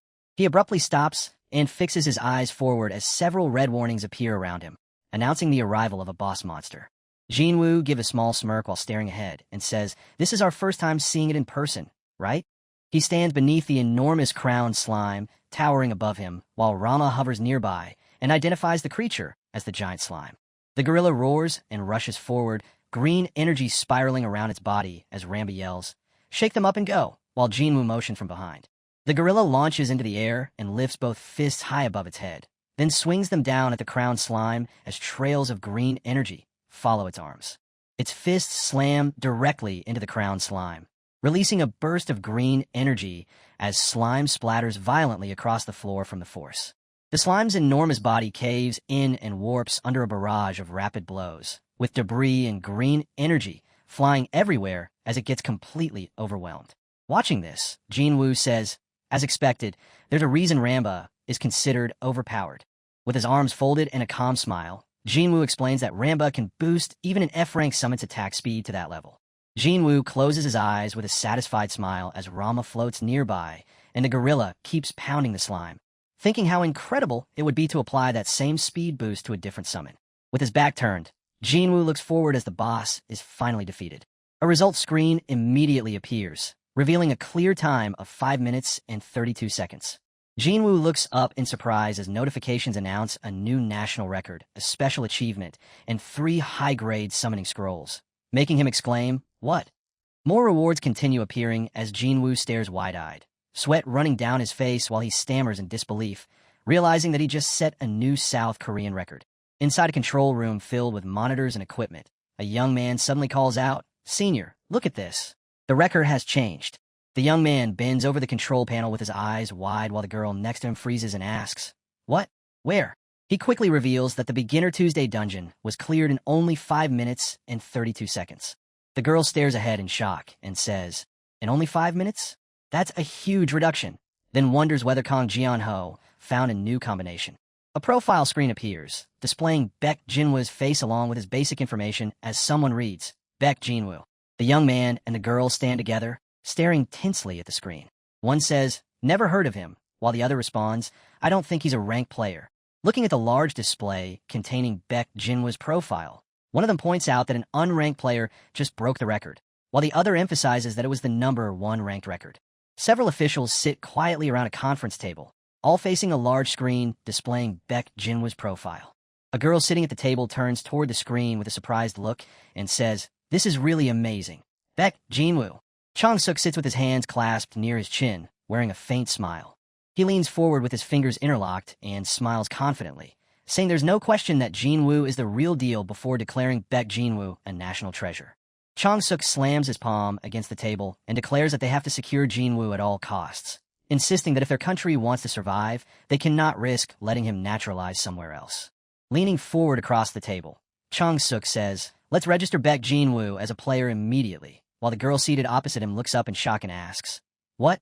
without even having a player match. A ranking board filled with several recorded times appears, as it is explained that time attacks are split into both national and global rankings.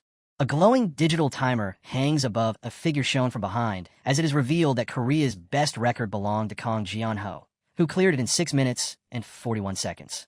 A crowned figure stretches out a glowing hand while a clock spins above the palm, and it is stated that Rachel owns the world record with a time of 2 minutes and 25 seconds.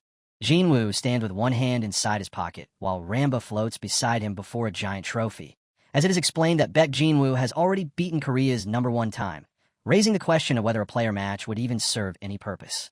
Chong-suk looks forward with a serious expression and says that, in his opinion, talented people deserve special treatment. The scene then moves to a tall building standing beneath a clear, bright sky. Jinwoo looks up with a blank expression, surprised that a 5-minute clear was enough to claim the top record as he wonders whether this is really the level of South Korea. While standing on the street, Jinwoo slightly turns his head after hearing someone shout, "Mr. Baek Jinwoo!" Chong-suk comes sprinting toward him with one arm raised high, his face flushed as he laughs loudly and yells, "I've wanted to see you, Mr. Baek Jinwoo. Jinwoo remains standing in the foreground, his face covered in sweat. Chong-suk finally stops in front of him, breathing heavily with both fists clenched, and says he saw Jinwoo's time attack result before asking how he managed to break the Korean record on his very first attempt. Jinwoo scratches his cheek with an awkward smile and answers, I suppose so, while Chong-suk points out that the Tuesday dungeon maze is extremely complicated, leaving Jinwoo feeling as if he is being praised just for swimming like a fish. Chong-suk holds a player license card out toward Jinwoo and says, First of all, please accept this. Jinwoo lifts the card in front of his face with a surprised expression and says, This is, while Chong-suk explains that it is his player license and that he was granted special immediate registration. The card in Jinwoo's hand clearly shows his name and photo, as Chong-suk says there is nothing left for Jinwoo to prove, then adds, This is nice, isn't it? Jinwoo continues staring at the license while Chong-suk stands before him and carefully asks, By any chance, may I ask how you managed to break the record? Jinwoo turns his head slightly as a small bead of sweat forms on his cheek, but he remains silent. His grip tightens around the edge of the license, as Jinwoo thinks that revealing what he knows right now could completely change things. A ranking board flashes with a fresh mark beside South Korea, showing the country rising higher as it is explained that South Korea's overall level could instantly shoot upward. An imagined scene shows Jinwoo wearing a crown while sitting on a golden throne surrounded by money and luxury, laughing happily as it represents the best possible outcome, where government support brings him both fame and wealth. Another imagined scene shows Jinwoo restrained in a chair while several men surround him and demand information, leaving him struggling in fear as it represents the worst outcome, where he is taken by force and loses everything. Jin of God's lips part slightly as he lets out a breath, then finally gives Chong-suk an answer to the question he just asked. Chong-suk stiffens with a bead of sweat on his cheek when Jinwoo tells him that asking a question like that is extremely rude. Chong-suk drops his gaze with a tense look and replies, Yes, I apologize. Jinwoo clenches one fist beside him and explains that strategies developed by gamers are only exchanged among gamers themselves and are treated as extremely sensitive information. Chong-suk looks forward and gestures with one hand, asking Jinwoo to understand that South Korea is simply desperate to find talented people. Jinwoo stays composed while thinking that Chong-suk does not appear to be a bad person. As Chong-suk stands calmly before him, Jinwoo also considers that he transferred the promised money right away, has a decent personality, and understands situations quickly. A slight smile forms on Jinwoo's face as he thinks that perhaps he should make use of the government instead, because doing so might help him grow much faster than working completely on his own. Standing opposite Chong-suk on the street, Jinwoo calls, Examiner. Chong-suk turns toward him and answers, Yes, before Jinwoo asks, Shall we move somewhere else for a moment? The scene shifts into a quiet, empty cafe where chairs and tables are neatly arranged beneath the ceiling lights. Chong-suk sits at one of the tables with his head lowered slightly and says, I'll get straight to the point. Please help us. Jinwoo sits across from him with his hands resting together as Chong-suk explains that headquarters needs the knowledge Jinwoo possesses. Jinwoo's eye sharpens when Chong-suk reveals that they investigated his history and discovered he had spent 3 years bedridden in a hospital, prompting Jinwoo to ask, You did a background check on me? Chong-suk leans forward slightly with a tense face and answers, I'm sorry, but highly skilled, unregistered players could be part of a syndicate. Jinwoo crosses his arms and gives Chong-suk a stern stare as he says, Since I'm registered now, there won't be any further investigation, right? Don't do it again. Chong-suk lowers his head a little and replies, Okay. Chong-suk's eye tightens as he thinks that most people become nervous the moment the government is mentioned and usually start cooperating right away. Jinwoo calmly lifts a mug to his lips and takes a drink with his eyes half closed, showing no fear whatsoever while clearly knowing exactly how valuable he is. Holding the mug above the table, Jinwoo says he has been considering everything, then asks what exactly he would receive in return for helping the government. He looks forward with a mildly confused expression and repeats, Cooperation? Chong-suk places a hand against his chest and gives an awkward smile, admitting that it feels strange to say, but he actually holds a fairly high-ranking position at headquarters. A stylized scene shows Chong-suk standing proudly on a first-place podium under a spotlight, as it is explained that headquarters examiners are selected through public voting, with stronger performance bringing more votes and a higher rank, while Jinwoo watches blankly and thinks Chong-suk is almost like a politician. Chong-suk keeps both hands on his thighs as his fingers tighten, then says, Therefore. Looking ahead with confidence, he offers Jinwoo every kind of support that is available within his authority. Jinwoo props his chin on one hand and thinks the offer sounds a little underwhelming, especially since the actual compensation is vague, because Chong-suk, as a public official, cannot simply spend government money however he wants. Jinwoo taps the table lightly and says, In that case, let's do this. Chong-suk looks at him in surprise as Jinwoo says, just 1 month, making Chong-suk respond, excuse me? Jinwoo leans forward with a faint smile and raises one finger, explaining that since he has only just registered as a player, he will spend the next month growing while receiving Chong-suk's support. Chong-suk listens with widened eyes as Jinwoo explains that if he is satisfied with how things go, they can continue working together. But if he is not, Jinwoo will either repay everything he received or provide information of equal value. A tense smile appears on Chong-suk's face as he realizes Jinwoo is essentially planning to use him as a personal assistant for an entire month. Chong-suk slides one hand across the table and says, all right, while thinking that remaining close to Jinwoo will probably benefit him even more. He leans forward across the table and takes Jinwoo's hand in a firm handshake, saying, let's do that then. A mug sits on the table under the gentle light when Jinwoo begins, first, there's something I need to tell you. Looking across the table, Jinwoo says, please don't spread my record-breaking time around anywhere. Chong-suk looks stunned, but Jinwoo quickly explains, I'm concerned about my safety. Chong-suk's eye opens wide. Pardon? If it's about your safety, Jinwoo, headquarters will... Jinwoo cuts him off at once. No. Jinwoo remains firm, both hands planted on the table as his gaze stays steady. Headquarters cannot even properly handle one gang, which means it has no ability to protect its own talent. Chong-suk presses a clenched fist against the table. Baek Jinwoo clearly understands that reality too. Finally, he answers, understood. I'll do everything I can to keep it contained. Jinwoo leans across the table as Chong-suk explains that stopping the information from leaking completely will be impossible. Jinwoo understands and replies that a small amount of exposure should be fine. With the bright city showing beyond the window, Jinwoo says, well then, I'll be taking my leave. Chong-suk responds, yes. See you next time. Now standing, Jinwoo looks down at his phone and says, good. I've managed to get him to keep quiet. Still beneath the bright light, Jinwoo holds his phone and gives a faint smirk. So, is it finally time to check the rewards I got earlier? A glowing blue interface appears before him. Jinwoo reaches toward it and taps with his finger, immediately saying, wow.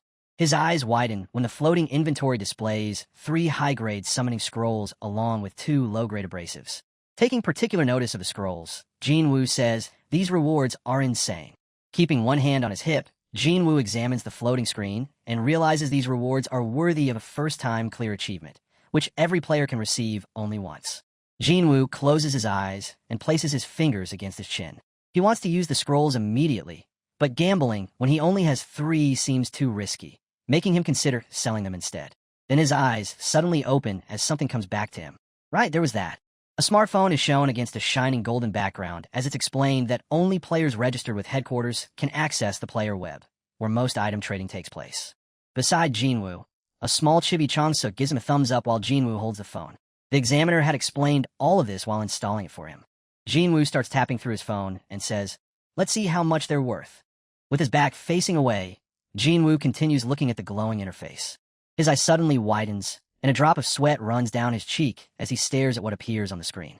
Jinwoo grips the phone tighter after spotting the listed value of 1 high-grade summoning scroll. A high-grade sells for 3 million yen? Still shocked by the screen, Jinwoo scratches behind his head and says, then did I seriously just earn 9 million yen from running a dungeon for 5 minutes? Jinwoo narrows his eyes as a light blush spreads across his cheeks, then says, if it's already like this, just imagine once my specs start piling up. 3 members of his family stand together with tears in their eyes, hands covering their mouths while money drifts around them, as Jinwoo says, Dad, Mom, from now on, make sure you all live without ever worrying about money. With his phone in one hand and the other covering his mouth, Jinwoo decides to sell the high-grade scrolls first, then use that money to purchase low-grade summoning scrolls, because the training instructor and Dragon Mage are OP summons strong enough to defeat even B ranks, so he lists all 3 high-grade summoning scrolls for sale. Using his thumb, Jinwoo scrolls through the summoning scroll listings and mutters. But, looking down at the low-grade summoning scroll listings, all priced at 5,000 yen, Jinwoo says low grades naturally pile up when you keep running dungeons, so why do they still cost a whole 5,000 yen? There are also way more sellers than buyers, yet nobody is listing them any cheaper. Jinwoo keeps the phone in one hand and tilts his head, thinking that in situations like this, he brings the phone up to his ear, opens his mouth, and says hello. Ajin is sitting on a couch in her pajamas with the phone against her ear when she asks, Appa, what's going on? Jinwoo casually replies, just need to use the Ajin button. Keeping the phone pressed to her ear, Ajin smiles and tells him that headquarters buys them. With his own phone still at his ear, Jinwoo asks, Headquarters? What? Ajin answers, who knows? Something about supporting rankers or whatever. Ajin leans back across the couch without lowering the phone and explains that headquarters purchases summoning scrolls in bulk using national taxes, setting the minimum price at 5,000 yen, although there's a limit to how many they buy each day. She goes on to explain that since people can always sell their scrolls directly to headquarters, everyone simply holds on to them rather than dropping the price, though she adds that this policy could be abolished soon. Jinwoo's eyes open wider as he keeps the phone against his ear and asks, What? What? He continues listening while Ajin explains that the policy is a leftover from the early days, and that low-grade summoning scrolls are continued accumulating at headquarters. Jinwoo replies, Oh, really? Before adding, Thanks for telling me, I'll hang up now. Lowering the phone in front of his face, Jinwoo sees his reflection on the screen and says, So headquarters has a surplus of low-grade summoning scrolls, right? While thinking, if that's the case. Later, Chong-suk sits at a table with his hands clasped together, smiling brightly as he says, Welcome, Jinwoo. Across from him, Jinwoo sits with his hands folded and a slight sweat on his face as he answers, Yeah, well, it just happened. Chong-suk keeps smiling and says, You must have missed me already if you came back to visit so soon. Jinwoo's hand rests on the table as Chong-suk asks, Did you need something? Jinwoo replies, About that. Chong-suk looks startled when Jinwoo says, I wanted to ask if I could get some low-grade summoning scrolls. Chong-suk responds, Pardon? You don't want mid-grade or high-grade ones? A small bead of sweat appears on Jinwoo's cheek, but he stays composed as Chong-suk asks, How many are you looking for? Jinwoo replies, As many as possible. Chong-suk narrows his eyes, placing one hand against his chin as he considers the words, As many as possible. Headquarters receives 50,000 of them every day, so giving a portion to Jinwoo should not cause any major problems. Across from Jinwoo, Chong-suk clasps his hands together and says, I can give them to you. However, if your intention is to resell them. Jinwoo motions with one hand and answers, That's not it. They're already flooding the market and won't sell anyway, so I'm planning to use them myself. Chong-suk's eyes sharpen as he thinks. It looks like you have something in mind, remembering that unlike everyone else, Baek Jinwoo is a gamer. Jinwoo remains seated with his arms crossed while Chong-suk reasons that if someone like him is intentionally collecting low-grade summoning scrolls, then he must be planning something special with them. With a faint smile, Chong-suk lifts one finger and says, All right. However, I have one condition. Leaning forward and clasping his hands, Chong-suk says, Give me just one piece of useful information as a taste, while noting that he is a headquarters examiner elected by the people. Jinwoo listens quietly as Chong-suk explains that if anyone discovers him giving away summoning scrolls bought using tax money, the public will lose trust in him. Chong-suk's reflection appears across the surface of a coffee cup as he explains that if Jinwoo provides useful information, he'll exchange it for an equivalent amount of low-grade summoning scrolls, then adds, I need a couple of insurance policies too. A subtle smile appears on Jinwoo's lips as he realizes Chong-suk has no intention of simply giving the scrolls away for nothing. In fact, Jinwoo thinks this arrangement is even better, because the more valuable the information he provides, the more Chong-suk will reward him in return. Jinwoo adjusts himself slightly in the chair before saying, All right, I can do that. He confidently raises one finger and says, First, there's something known as achievement time shaving. A results screen displays a clear time of 6 minutes and 20 seconds, along with a reward of 3 high-grade summoning scrolls for each dungeon, as it's explained that taking first place nationally rewards the player with 3 high-grade summoning scrolls. A Chibai figure wearing a crown stands atop a podium, while another record, 5 minutes and 32 seconds, appears overhead, showing that the identical reward can be claimed again each time another player breaks the existing record. Small figures begin passing a baton between each other as times of 5 minutes 31 seconds and 5 minutes 30 seconds appear, while Jinwoo explains that by having players take turns breaking the record by only 1 second, they can maximize the total rewards they earn. A pile of money rises higher and higher, as it's explained that this method would also strengthen South Korea's national power. Chong-suk places a hand against his chin and says, I see. We've used that method before as well, while it's noted that the current rankers have already claimed those rewards once. Making a small gesture, he continues, Well, there are still plenty of players who haven't even claimed the reward once, so I don't think it'll cause any problems. Jinwoo responds, Oh, I see. Jinwoo's eye narrows in concentration as he says, Then the information I'll give you is the clear strategy for the Tuesday dungeon. Chong-suk tightly clasps his hands together and says, I knew it. Leaning forward with his hands clasped and his eyes sparkling, Chong-suk says, It's the method you used this time. Jinwoo corrects him, No, not mine. It's the method the 5 emperors used. Chong-suk immediately grows excited when Jinwoo says, Yes. Using this method, anyone can clear it within the 3-minute range. Shocked by what he hears, Chong-suk asks, The 3-minute range? What on earth? Before explaining anything further, Jinwoo lifts one hand and says, "Hey, now before that." Jinwoo then leans forward with a smirk, keeping one hand raised as he says, "We should agree on the price of the information first." Including the low-grade summoning scrolls, they had settled on 50 high-grade summoning scrolls, so Jinwoo asks, "How about it?" Chong-suk pounds both fists against the table, his eyes opening wide in disbelief as he shouts, "Pardon? If it's 50, that's 150 million. Jinwoo calmly answers, "That's actually on the cheaper side." Folding his arms and leaning back in his chair, Jinwoo explains, "This method can be used on everything from low-tier dungeons all the way to top-tier dungeons. The clear rewards from those alone would be worth billions." Chong-suk drops his head with a tense expression, then eventually gives his answer. "All right then." A wide smile appears across Chong-suk's face as he puts one hand against his chest and declares, "If your information is correct, I'll immediately deposit 150 million yen and give you 10,000 low-grade summoning scrolls every day." With a slight smile as he looks ahead, Jinwoo assures him, "You won't regret it." The sun drops behind the city skyline, covering the buildings in orange light as a voice calls out, "Examiner, everyone is here." Several uniformed men stand together on the grass, facing Chong-suk while his back remains toward them. One man slightly lifts his hand and asks why they were suddenly called together right clock-out time. Under the setting sun, Chong-suk closes his eyes with a smile and explains, "I gathered all of you because there's something I'd like to test." A sharply dressed man tilts his head slightly, a faint smile on his face as he says, "The examiner wouldn't summon us without a reason. So this won't be some ordinary test, will it?" The uniformed men remain gathered before Chong-suk as one touches his chin thoughtfully and says, "You all know the Tuesday dungeon record was recently broken, right?" Another quickly adds, "So it's about that." Someone else responds, "Yes, I heard. Wasn't his name Baek Jinwoo?" Wearing a smug expression, Chong-suk raises one finger and reveals, "This time, I obtained an excellent strategy from abroad. I tested it with player Baek Jinwoo, and the results were outstanding." Two men beside each other open their eyes wide, with one beginning to sweat as he asks, "Is that true?" The other quickly realizes, "So that's why you told everyone not to spread the information?"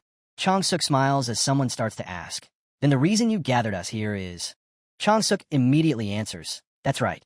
Standing confidently beneath the glowing sky, Chong-suk announces, "Starting now, we'll be doing time attacks on the Tuesday dungeon."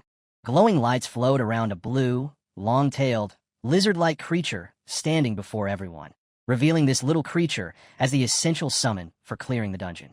Two men stare at it with widened eyes, one sweating as he mutters, "That's—" before another finishes, a spotted Komodo. A golden silhouette of a lizard glows as the spotted Komodo is explained to be a spotted lizard summon about the size of an adult man, possessing sturdy defense and decent offensive power, which makes it a standard bruiser. At least, that's what the public information claims. A blue-green spotted Komodo with a long tail crouches over fractured ground as its details appear, identifying it as a B-rank summon around 170 centimeters tall, capable of both taking attacks and dealing damage.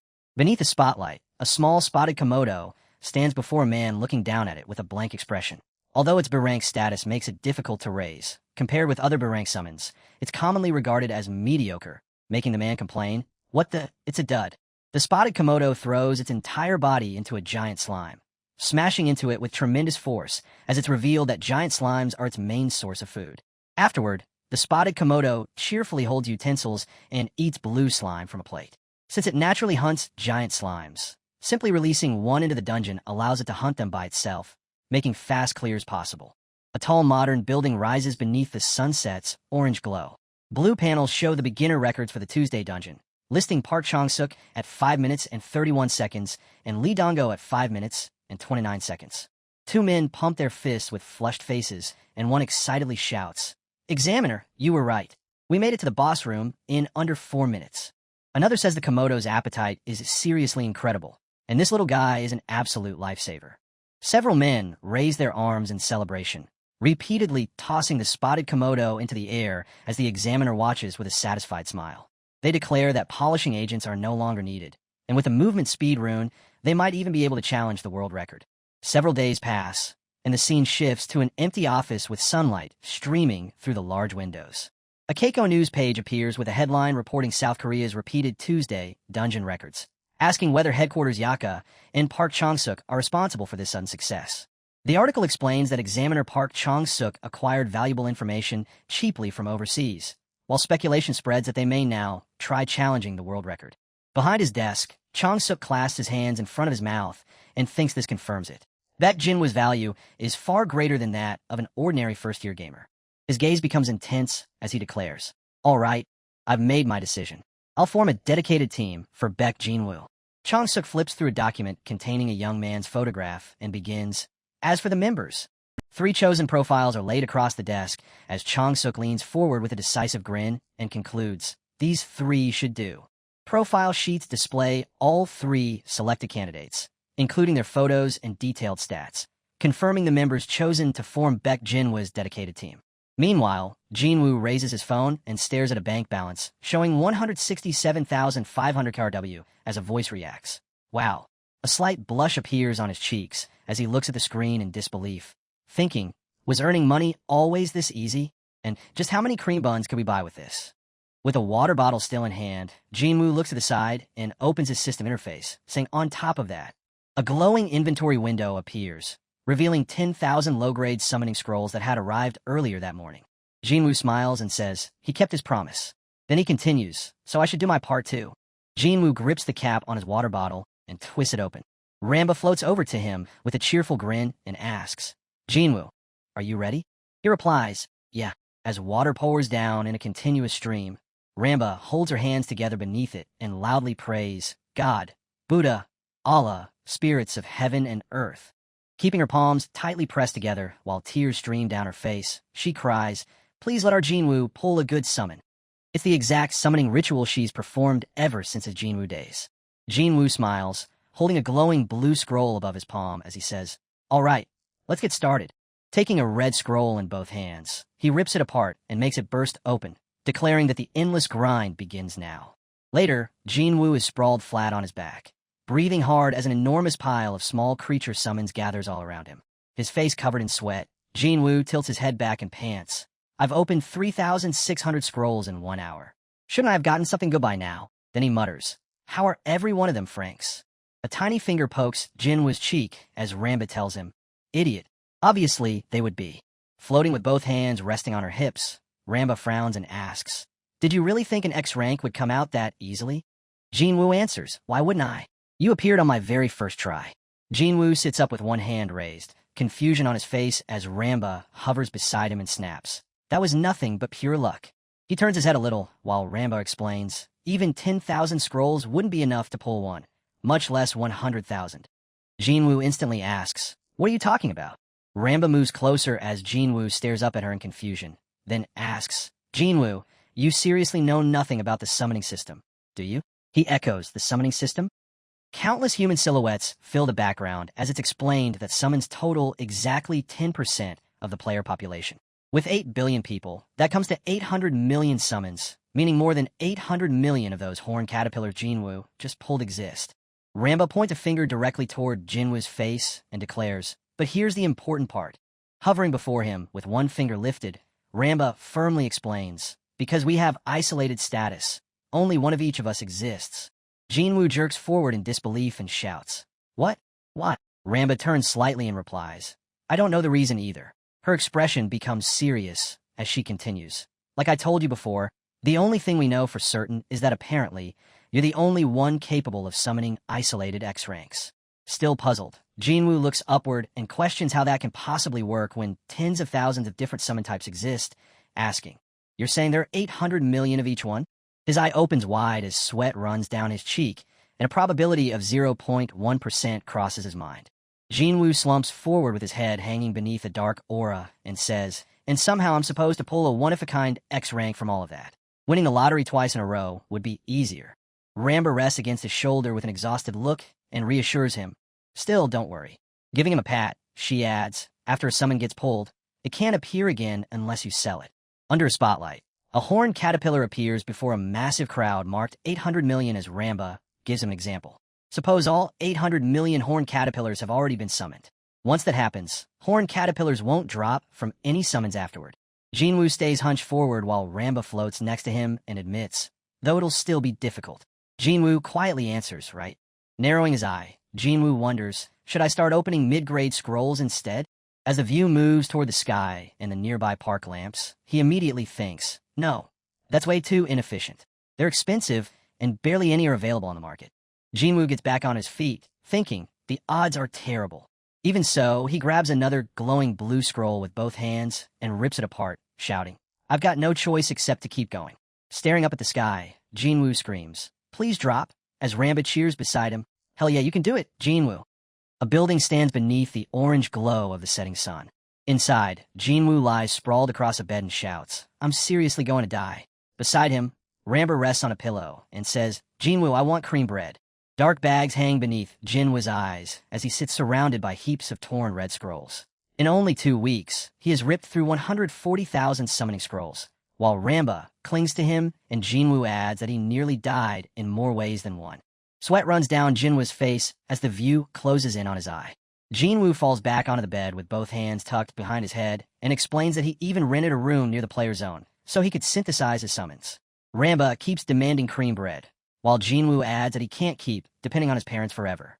Then Jinwoo rises from the bed and says, now then. Ramba lies face down across the pillow with her arms stretched outward when Jinwoo asks, shall we go synthesize again today? He tells her to wake up, but she keeps crying for cream bread until tilde.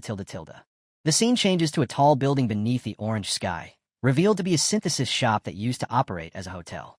Inside the lobby, people move around and gather near the counters. Just like Jamcell Tower became the Tower of Trials, other buildings also underwent changes. A man walks through the crowd while looking at his phone. This former hotel has turned into a synthesis shop, making Jinwoo think, I think the buffet here used to be pretty famous. Jinwoo walks over to a machine labeled waiting tickets and presses the button. A ticket comes out, and Jinwoo holds it up before saying, number 125. Ramba floats beside him with both arms raised and warns, Jinwoo, you can't mess this up. Jinwoo keeps holding the ticket and replies, of course. She adds, make sure you check carefully before putting them in. Okay. A status display hangs beside a doorway, and when a sound chimes, Jinwoo says, it's our turn. Let's go in. He steps into a room filled with blue light, where a glowing panel waits ahead, and a circular platform is built into the floor. Ramba flies forward with her wings spread, while Jinwoo says, I'm counting on you again today. She answers, we can do it. Jinwoo stands motionless, keeping his eyes fixed on the glowing panel with complete focus. A blue interface opens in front of him, showing several summon choices. It welcomes him to the synthesis shop and instructs him to try synthesizing his summons. Ramba hovers above the circular platform as the result appears, confirming that the Wind Fairy has been registered. Jinwoo places his finger against the large button marked Yes, confirming that he wants to synthesize the Wind Fairy. With her eyes shut, Ramba floats over the glowing circular platform while blue particles begin gathering around her body. The view moves closer to Ramba's face as the synthesis completes, while Jinwoo says, there really are a lot. Ramba stands upright with both hands on her hips as her level reaches 21, while her intelligence increases by 2 points. Jinwoo brings his palms together and forces an awkward smile, saying, I grinded through 140,000 summons, but she's still only level 21. Ramba excitedly flies around with her fists clenched and asks, How is it, Jinwoo? Do I look stronger? Jinwoo answers, yeah, our Ramba is the best tilde, while noting that the level cap is 100, meaning reaching it is going to take forever. Several days pass, and the scene changes to a tall building under a bright sky. A pair of hands rests above a keyboard before the fingers start tapping the keys. A man in a brown suit looks toward his computer as Chong-suk asks, doesn't it seem like work is going unusually well today, Byung-jin? Byung-jin replies, yes, sir, while privately wondering why he feels so excited. Sitting behind his desk with a paper in his hand, Chong-suk explains that now they've even formed the talent management team. He plans to devote all his efforts this term to Baek Jinwoo. Chong-suk turns with a tense expression and asks, what is Baek Jinwoo doing right now? Byung-jin pauses before responding, well. Chong-suk lifts a document and studies it as he's told that Baek Jinwoo has been opening summoning scrolls and collected even more today, causing him to mutter, still. Remaining behind his desk with the papers in his hands, Chong-suk learns that Baek Jinwoo intends to spend the 150 million he received on even more low-grade summoning scrolls, making him respond, what? Byung-jin places a hand thoughtfully against his chin and explains that Baek Jinwoo requested to buy them below market value, then asks what they should do because the management bureau is already watching them suspiciously. Chong-suk studies the document with a serious expression, realizing that Jinwoo is reinvesting a massive amount of money into low-grade summoning scrolls that won't even sell. Tightening his grip on the document, Chong-suk declares that something must definitely be happening, then orders, sell them to him for half price. Byung-jin jerks forward in disbelief and shouts, "What, half price?" With Chong-suk sitting across from him, he continues, "If we're caught, giving him that much special treatment." Chong-suk lowers his head and interlocks his fingers near his mouth before calmly saying, "Don't worry, Byung-jin." A massive Korean flag waves overhead as a crowned Jinwoo confidently raises one hand with his summons "Gather below." Chong-suk says Baek Jinwoo may someday become Korea's hero, then wonders what would happen if everyone discovered how much effort he'd put into supporting him. In Chong-suk's imagination, a cheering crowd tosses his chibi version into the air in celebration, and he declares that raising his approval rating even higher would be easy. Chong-suk brings his hand down hard against the desk and orders, "For now, just do what I say." Then Chong-suk turns his head slightly toward the window and adds, "Also." Chong-suk brings one finger to his lips and says, "This stays between me, Jia, and you." The scene moves outside, where sunlight falls across the street and leaves drift gently through the air. Jinwoo sits on the ground surrounded by piles of red summoning scrolls, ripping through them one after another while continuing to count. Completely drained, Ramba cries, "Jinwoo, how much longer do we have to do this? I can't even feel my hands." Without looking up, Jinwoo calmly replies, "Until either I die or you die." At that moment, a pair of heels steps into view. Jinwoo looks up in slight confusion and says hello. A tall woman with long dark hair, wearing a black suit, smiles down at him and introduces herself. "It's a pleasure to meet you. I'm Yu Jia from headquarters." Now standing, Jinwoo awkwardly scratches his head and asks, "Ah yes. What brings you here?" Yu Jia replies, "I came about the summoning scroll purchase you discussed with the examiner last time." Jinwoo looks a little surprised, but quickly composes himself and asks, "Yes, like I mentioned before, is there any chance we can negotiate the price?" Yu Jia crosses her arms, thinking that they actually discussed the matter together during a meeting, then continues, "And considering your recent contributions, Mr. Suddenly, she spreads both arms with a bright smile as a halo and wings appear behind her, announcing that they will sell him the scrolls at half price. Jinwoo immediately shouts, "Really?" Yu Jia raises one finger with a confident smile and answers, "Yes." On top of that, Jinwoo will also receive another 100 million won in support through talent management expenses. Jinwoo's face fills the scene as his eyes widen and he blurts out, "Wha?" facing him with one finger still raised. Yu Jia warns that this must remain completely secret. Jinwoo waves his hand and replies, "Oh my, of course, don't worry about a thing." Yu Jia's serious eye appears beside Jinwoo's blushing smile as she explains that they hope he understands this support is meant to build a good relationship between them, and Jinwoo answers, "I understand perfectly." Yu Jia turns slightly with a calm smile and says, "Well then, since you must be busy, I'll be on my way." Under the bright sky, Yu Jia walks away into the distance while Jinwoo remains where he is, watching her leave. Holding a red scroll, while Ramba sits on top of his head, Jinwoo thinks he can clearly feel the examiner's determination to support him completely, so he needs to hurry and pull an X rank to repay him. Besides scattered scraps of torn red scrolls, Ramba lies face down on the ground and weakly calls, "Jinwoo." Jinwoo sits cross-legged among huge piles of torn red fragments, holding yet another scroll as the endless cycle continues. He asks how long they plan to keep doing this, then says it will go on until they pull the instructor and the dragon mage. Ramba flails wildly through the air, screaming as Jinwoo watches with a tense expression. The result finally appears. He obtained a white snake, F rank. Jinwoo says, "I have no choice." More tiny creatures start appearing around him as the results continue rolling in. Jinwoo obtains an F rank giant rhinoceros beetle, followed by an F rank horned caterpillar. Even then, he refuses to quit. He has to keep pulling, desperately begging for either the instructor or D-Mage to finally show up. Grabbing another summoning scroll with both hands, Jinwoo tears it apart and yells, "Please." Without warning, brilliant golden light erupts from the scroll. Yellow lightning tears across the air as pieces of red scroll explode everywhere. Jinwoo recoils on the ground in shock and shouts, "What the?" Jinwoo stares forward with his eyes stretched wide, while Ramba beside him looks ahead with equal excitement. Realizing this is the exact same effect that appeared when Ramba was summoned, Jinwoo exclaims, "Could it be?" Golden light fills the entire area as Jinwoo activates the low-grade summoning scroll and obtains an X-rank summon, the Dragon Mage. A female mage appears with closed eyes, gripping a staff while flames surround her, leaving both Jinwoo and Ramba screaming in shock. Ramba grabs Jinwoo by the head and shakes him excitedly, shouting, "You did it! You did it, Jinwoo!" With his mouth wide open, Jinwoo yells that he could die happy now. Then Jinwoo's eyes suddenly sharpen with determination as he says, "No, wait. This isn't the time to relax. He can't stop here, because this is gacha momentum. Ramba looks at him in confusion and asks, Gacha momentum? A red scroll hovers above Jinwoo's open palm as blue energy swirls around it. He declares the moment it pops.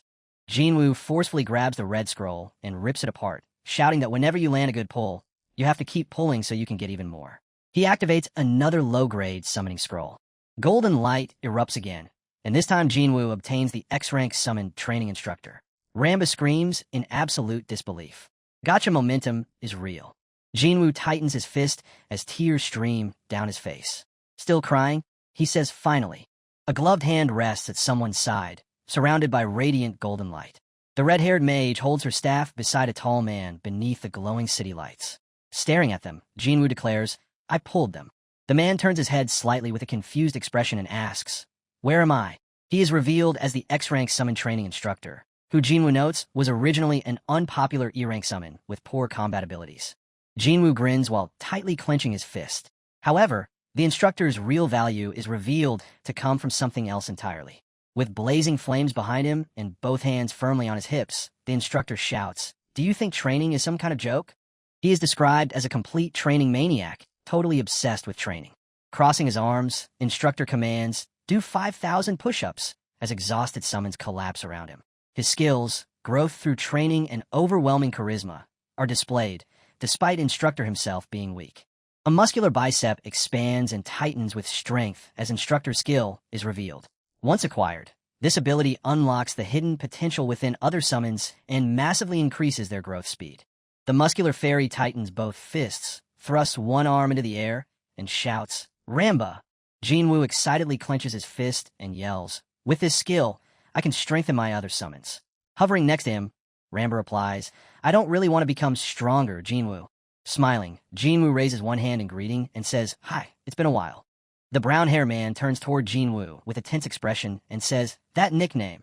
Keeping one hand on his hip, Jinwoo looks back and answers, Yeah. Behind him, the armored man and red-haired girl react with shock, shouting, Could it be your Gyno god? Instructor instantly falls onto one knee and exclaims, My lord, this is astonishing. Jinwoo stays composed as he remembers believing he would never meet him again after being placed under isolated status. Seeing them now, he confirms that both Ramba and instructor are exactly the way he raised them. Remaining on one knee, instructor lowers his head and says, It is an honor to meet you again. A pair of legs moves forward as a voice calls, Lord Gyno God. The girl grips her staff and stares ahead nervously before asking, Is it really you, Lord Jinwoo? Jinwoo notes that this is the first time he has ever heard Pokryong speak. Pokryong stands holding her staff as flames rise around her. She is revealed as the isolated rank dragon mage, carrying an explosive dragon sealed within her heart. A blazing dragon heart erupts from its radiant core, spreading fire across the scene. Her skill, Explosive Dragon Wave, is revealed alongside Predation, an ability that permanently raises its damage whenever she defeats boss-level enemies. Jinwoo stands surrounded by raging fire, as it's explained that without instructor, the Predation skill cannot be unlocked. With her eyes glowing, Pokryong leans forward as flames coil around her staff, while Jinwoo states that he was the only player who could properly use Pokryong. Clutching her staff tightly against herself, Pokryong beams with sparkling eyes and cries, Lord Jinwoo, I really missed you. Jinwoo smiles with a slight blush on his cheeks and replies, Me too. He then tells Pokryong not to speak whenever other people are nearby, and instead of calling him Gyno God, she should just call him Jinwoo. Instructor stands beside Pokryong with his arms folded and says, Understood, my lord. Pokryong looks upward and adds, Yes, Lord Jinwoo. Jinwoo raises his head with an exhausted look and says, All right now. Ramba floats beside him, looking equally worn out. Snow drifts across the quiet city at night, as Jinwoo says, Let's go home and get some sleep. The scene moves to a simple room containing a bed and window beneath a ceiling light. Jinwoo lies stretched out completely flat across the bed, eyes shut as he snores in his sleep. With Jinwoo still sleeping on the bed behind them, Instructor sits on the floor together with the others. Instructor looks ahead and says, It's been a while. Pokryong smiles nervously and answers, It really has. Ramba leans forward with a cheerful grin and says, Yep. Instructor then asks, And you, should I call you Ramba? She replies, You're instructor, right? We only knew each other for about a month before getting separated, didn't we? Ramba continues, smiling brightly, as it's explained that she was already serving as an active summon when instructor was recruited, technically making her a senior. Instructor replies, I suppose. Instructor gets to his feet with his arms crossed, his expression turning dark as he says, however, that means nothing to me. There's only one thing I have to say. Leaning toward the others as roaring flames fill the background, Instructor declares, we are far too weak. Instructor tightens his clenched fist and explains that they still have a long way to go before they can truly assist their lord, meaning their training must continue even while Jinwoo sleeps. Pokryong suddenly stiffens in surprise when Instructor points straight toward her and calls, first, Pokryong. Keeping his arms folded, Instructor orders her to sit and concentrate on sensing mana, explaining that after he awakens later, he'll unlock predation for her. Pokryong nods and answers, predation, I understand. Instructor narrows his eyes with intensity before continuing, and you, Ramba. Ramba nervously clutches a cushion, already looking worried about what is coming. She begins trembling and crying in fear as Instructor tells her, you need to improve your swinging speed, so you'll be doing strength training. With his eyes glowing intensely, Instructor asks, do you not want to be useful to our lord? Ramba sweats and sniffles before reluctantly replying, well, yes. A frying pan hangs in the kitchen as Instructor orders her to begin swinging it, then adds, since this is your first day, we'll only do 5,000 reps. Ramba's trembling hand slowly stretches toward it as she cries, Jinwoo, please save me. Instructor walks away while pulling Ramba along by her arm. She struggles helplessly and cries out as Jinwoo continues sleeping peacefully on the bed. The scene changes to an office where a voice asks, what? You can't give me any more low-grade summoning scrolls. Chong-suk sits behind his desk as Yu-Jia stands across from him and gestures while explaining, yes, an office notice came through. It's an order directly from the headquarters director. Chong-suk stares ahead tensely and repeats, from the director? He notes that the director should already have more than enough work and wonders why he's paying attention to something this minor. Clenching his teeth, Chong-suk says that on top of everything, they're now demanding a detailed explanation of where every low-grade summoning scroll has been used until now. Then mutters, damn it. Yu-Jia places one hand against her chin and says it seems Examiner Hisu pulled some strings. With Chong-suk still behind the desk and Yu-Jia standing before him, he complains that the bastard fights against his opinions at every turn. Yu-Jia asks what they should do, explaining that she's already prepared the documents, then adds that if the Management Bureau cuts off their scroll supply, they'll have nothing left to provide Baek Jinwoo. Worry spreads across Chong-suk's face as he thinks that it's almost time to send Jinwoo the next batch. Without warning, Chong-suk's eye opens wide as a bead of sweat forms beside it. He stiffens in his chair and reaches for his smartphone when an incoming call makes it vibrate, exclaiming, Baek Jinwoo. Yu-Jia remains standing with her arms folded, looking toward Chong-suk as she asks, what is it? Yu-Jia watches as Chong-suk says, it looks like we won't have to supply him with any more low-grade summoning scrolls. Chong-suk's eye tightens with tension as he continues. More importantly, a smartphone lies on the table, displaying messages from Baek Jinwoo explaining that he doesn't need any more low-grade summoning scrolls because he finally obtained what he was after. Chong-suk then declares that he needs to settle matters with Hisu. The scene changes to a clear sky above a city with distant mountains. The location is identified as Gwanaksan Mountain, near Bui Station in Gwacheon, Jeongdo. A foot wearing a sneaker plants firmly against the ground. Jinwoo lifts one hand above his forehead and looks into the distance, saying, so this is what a normal dungeon looks like. A glowing interface displays 4 dungeon categories: Normal Dungeon, Daily Dungeon, Tower Trials, and Chaos Dragon. It's explained that Boss has 4 different dungeon types, with daily dungeons providing specific materials depending on the day.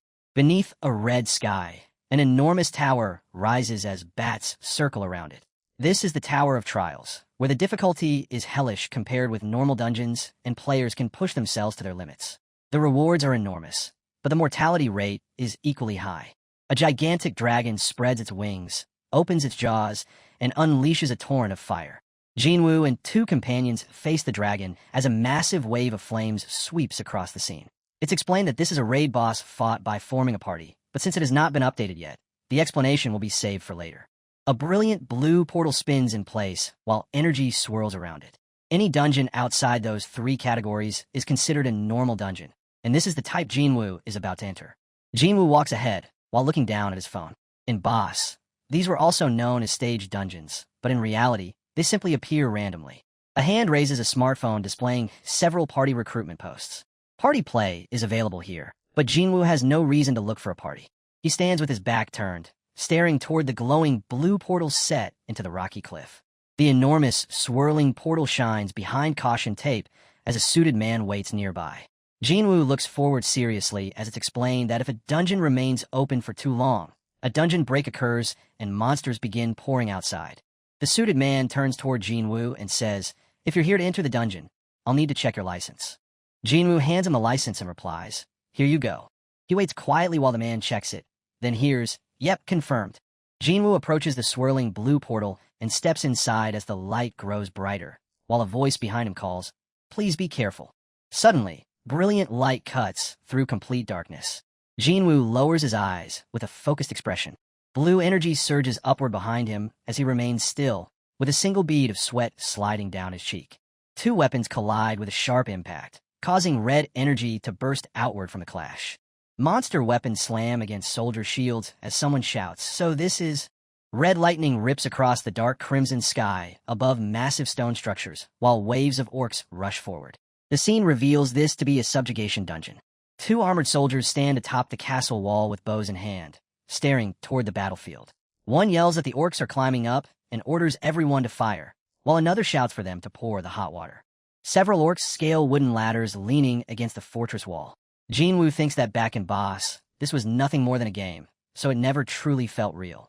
A glowing arrow drives straight into an orc's face, while another pierces the one behind it, sending blood spraying from both wounds.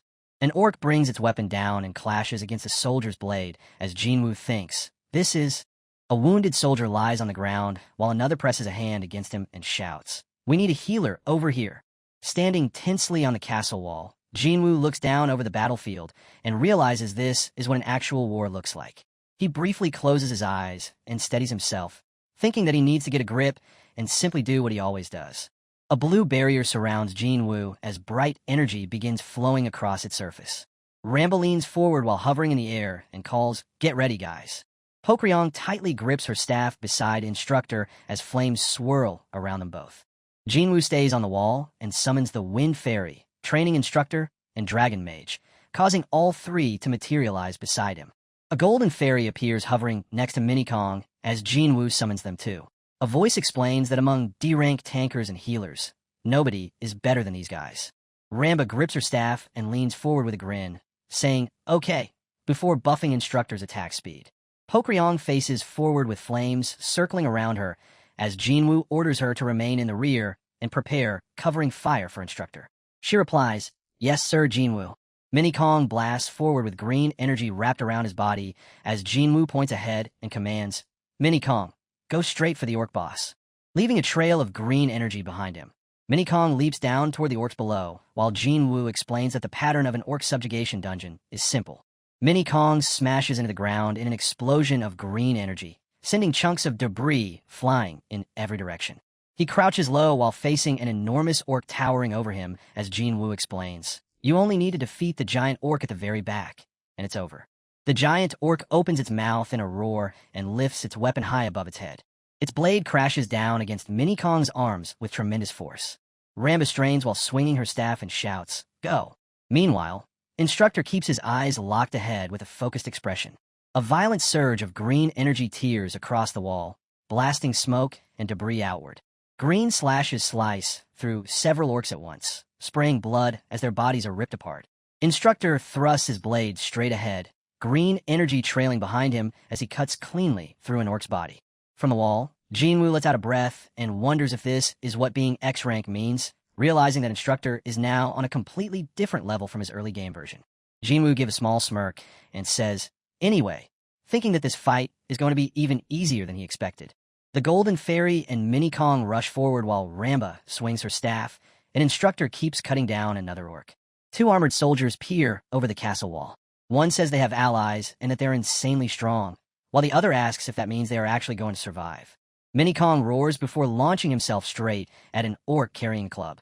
Nearby, the Golden Fairy floats in glowing light as she restores health. Ramba twirls through the air with a playful grin and taunts, "You mad?" while easily avoiding the attacks coming from below. Jinwoo suddenly leans over the wall with a flustered look as several axes remain stuck in the stone and shouts, "Ramba, stop messing around." Floating nearby, she answers, sorry. At the same time, Instructor slices through another orc and says, "How dare you throw an axe at my leggy?" Pokryong grips her staff tightly as flames start coiling around it while she chants. She drives the staff forward through the surrounding fire and says, "Here I go." A massive spiral of flames erupts away from the castle as Pokryong unleashes explosive dragon wave.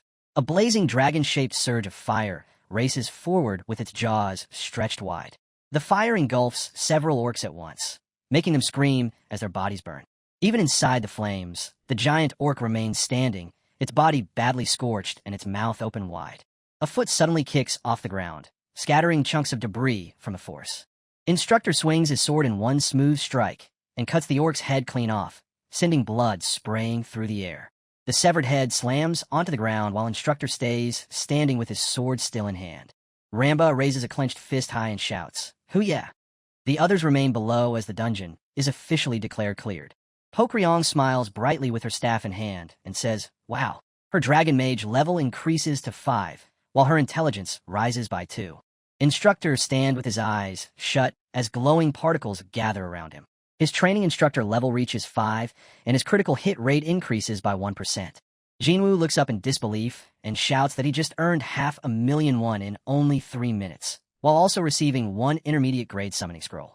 The group gathers together as Ramba says, "Congrats on leveling up Tilda." Meanwhile, Jinwoo thinks he needs to locate the next dungeon right away.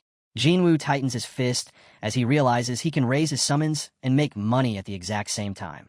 Standing atop the wall with his fist clenched, Jinwoo looks forward with determination and declares that it is finally time to change his life through an endless grind. The scene changes to a tall modern building rising beneath a clear, bright sky.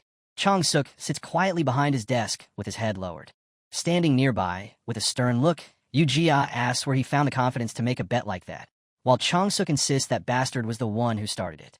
At the middle of a long table, an older man gives a nervous smile and says, "Gentlemen, please calm down," while 2 other men sit across from each other, glaring fiercely. Hisu leans back in his chair with a smug expression and says it seemed Examiner Chong-suk was wasting the budget, so all he did was offer a little advice. Chong-suk scowls as Hisu continues, "What kind of talent management team can't even properly raise a single talent?" Chong-suk recoils with his mouth open while Hisu keeps mocking him, pointing out that not one of the talents raised by Examiner Chong-suk has ever become a national representative. Still sitting back with a grin, Hisu asks if Chong-suk's confidence comes from the recent Tuesday dungeon record, then wonders if all of this is really because of that one achievement. Chong-suk sits with his back turned, trembling. Chong-suk glares ahead and identifies the man as Hisu. He wants to argue, but he also knows that every year, the rankers Hisu trains are selected as national representatives. Hisu sits comfortably with a smirk on his face. He may be arrogant, but there is no denying that he has the ability to justify it. With a tense expression, Chong-suk declares, "I'm not going to sit back and take this anymore," then asks what Hisu will do if the talent he raises becomes a national representative. Leaning back with the same smug grin, Hisu asks whether Chong-suk wants to make a bet. His eyes narrow as he points out that there can only be 10 national representative players at most, then proposes that they compete to see whose talent climbs higher. Chong-suk locks eyes with him and answers, "Fine." Both men lean toward one another with huge grins while flames rise behind them, agreeing that whoever loses must admit the other examiner is superior, resign from the position, and pay a 1 billion yen penalty. They even suggest writing up the contract immediately, while the director trembles and desperately tells them to stop fighting. Yu-jia stands with one hand on her hip and sternly asks whether Chong-suk is seriously willing to go this far, just because he trusts Baek Jinwoo, adding that Jinwoo may be impressive, but he is still only a gamer and remains behind established rankers. Sitting behind his desk with his hands clasped, Chong-suk replies that he already knows that. He tightly interlocks his fingers in front of his mouth, pauses for a moment, and says, "But..." Then Chong-suk raises his head with determination and firmly says that he believes in Baek Jinwoo, adding that if they support him properly, Jinwoo will give them major information in return. Yu-jia looks worried and begins to answer, but the door behind her suddenly bursts open as a man rushes inside shouting, "Examiner!" She turns in surprise and asks what happened, while Chong-suk quickly rises from behind his desk. Byong-jin stands in the doorway gripping a sheet of paper. His face tense as he reports that it concerns the player who has recently been clearing dozens of D-rank dungeons alone. Chong-suk jerks forward in shock while Yu-jia recoils behind him and shouts, "What?" Then they hear the player's name, Baek Jinwoo. Yu-jia immediately loses her composure. With her eyes wide, she repeats in disbelief that someone who only registered a month ago is already clearing D-rank dungeons in under 5 minutes. Chong-suk breaks into a wide grin and starts laughing, clearly enjoying the news, while Yu Jia can only stare at him in disbelief. He suddenly raises both arms and celebrates, shouting that he told her Baek Jinwoo was the real deal. Yu Jia stays unimpressed, internally cringing at his outdated slang. Chang-suk clenches his fist and confidently declares that he believed in Baek Jinwoo from the very beginning. The scene changes as footsteps emerge from a portal, while Chang-suk thinks this outcome is exactly what he expected and that his eye for talent is flawless. Jinwoo stands calmly before a swirling blue portal, looking completely relaxed. The scene shifts inside to a quiet room. Jinwoo lifts his phone, spots more than 26 million won displayed on the screen, and chuckles in satisfaction. He then drops on his back with flushed cheeks and an enormous grin, saying that he just earned an unbelievable 16 million won. The golden fairy flies off to one side, while Ramba stands behind them with a grin, saying they spent 4 days crazily running through 160 D-rank dungeons. Instructor grips his sword before swinging it through the air and striking a figure in the distance as flames spread across the ground. Meanwhile, Chibai Jinwoo clasps his hands with tears filling his eyes before piles of cash, explaining that this is all the money he made from selling every intermediate summoning scroll obtained there. Under a bright spotlight, Jinwoo falls to his knees and raises his phone while tears stream down his face, declaring that this money represents his blood, sweat, and tears, and that a world made for him has finally arrived. Ramba immediately points out that they were actually the ones sweating. Jinwoo sits back on the bed with his phone and says, "All right, let's start by dividing up the accounts." Ramba sits on an open ledger while hugging a loaf of bread as Jinwoo explains that this one will serve as the living expenses account. 3 tiny chibi figures gather on another open ledger, while Jinwoo says he'll also make a family account, so he can spend big later. Next is the savings account, where he plans to put away 10 million won each month and use it for himself. A stylized article shows Jinwoo sitting on a golden throne and giving a thumbs up, announcing that he has gone from unemployed to a player making 10 million a month, while Jinwoo admits that earning 10 million every month still feels unreal. His eyes narrow with concentration as he continues, and lastly, his phone shows another account with a balance exceeding 6 million won, which Jinwoo identifies as the player account. Stacks of red summoning scrolls fill an open ledger as Jinwoo explains, every bit of money in this account will be spent on his summons. Looking calmly at his phone, Jinwoo says money is important, but right now, his value as a player matters more. His summons reach level 30, sending Ramba flying through the air in celebration, while Jinwoo explains, after all those dungeon runs, everyone has passed level 30. Now it's time to give them runes and upgrade them. Holding his phone in front of him, Jinwoo explains that if he wants to do that, grinding the daily dungeon is the answer, but clearing it quickly requires core summons. Jinwoo grips the phone as the player web interface appears across the screen, then wonders if any core summons are currently listed on the market. Suddenly, Jinwoo's eye opens wide as a bead of sweat forms on his cheek. Jinwoo stares at his phone in disbelief as the listings show C-rank summons averaging 20 million won, making him shout, "Why is it so expensive?" With his back turned, Jinwoo explains that B ranks average 200 million won, while A ranks and S ranks aren't listed at all, meaning his entire account would disappear instantly at this rate. Still holding his phone, Jinwoo sighs and admits that even high-grade summoning scrolls only have a 1% chance of dropping a B rank, so the prices actually make sense. Looking down at the screen, Jinwoo gives a faint smirk and says, "Well, it's fine." Keeping the phone in hand, Jinwoo makes a call. He lifts it to his ear with a confident smile, saying this is exactly why he prepared a safety net. Elsewhere, a suited man suddenly bursts through a door with a stunned look and shouts, "Examiner!" Chang-suk rests his chin on one hand while reviewing a document and asks what happened. The man rushes deeper into the room, shouting that they've just received another request from player Baek Jinwoo, causing Chang-suk to jerk in shock and yell, "What?" Chang-suk immediately grabs Tae-seop's hands and excitedly leans toward him, demanding to know what Baek Jinwoo requested, while Tae-seop stiffens and says that Chang-suk startled him. The man then holds a phone close to Chang-suk's face, and Chang-suk focuses directly on its screen. Messages from Baek Jinwoo cover the display, including a detailed list of summons he wants purchased. As the man says, "It's this." Another voice responds, "A summon purchase list?" Chang-suk grabs Tae-seop's hands again, his face filled with disbelief as he shouts, "What, all of this?" Tae-seop explains that Baek Jinwoo wants them to buy everything written on the list. While scratching his head and staring at the phone, Chang-suk says, if headquarters had enough money to buy all of this, wouldn't he already be using S-rank summons? He then asks what Baek Jinwoo intends to offer in exchange if they make those purchases. Chang-suk's eye narrows with focus when he hears that Baek Jinwoo is willing to reveal the secrets behind time attacks in the daily dungeon. Taesiup looks ahead tensely and asks whether that means not only the Monday or Wednesday dungeon, but every daily dungeon, and receive confirmation that, yes, it does. Standing with one hand resting on his hip, Chong-suk realizes that Baek Jinwoo plans to reveal every single one instead of only one dungeon, and remarks that he's driving a hard bargain. Chong-suk shows his teeth in a grin and says, "All right, I got it for now." He then crosses his arms, becomes serious, and says he'll try discussing it with the director. But afterward, Chong-suk grabs his head and slams his fist against the desk, furiously yelling about those backroom boomers and calling them stupid old fools. He climbs onto the desk with both arms raised high, shouting that it's no surprise their country is always dead last as papers fly everywhere. Two people in the foreground stare at him in confusion, with one asking what's wrong with him and the other replying that it wasn't approved. Yu-Jia stands with her arms crossed and a slight smile, saying, "If only every examiner had that kind of passion." Taesiup looks toward the furious Chong-suk and asks what the director told him. Surrounded by a dark presence, Chong-suk glares ahead and answers that the director demanded proof or wanted to see him clear it first before approving the request.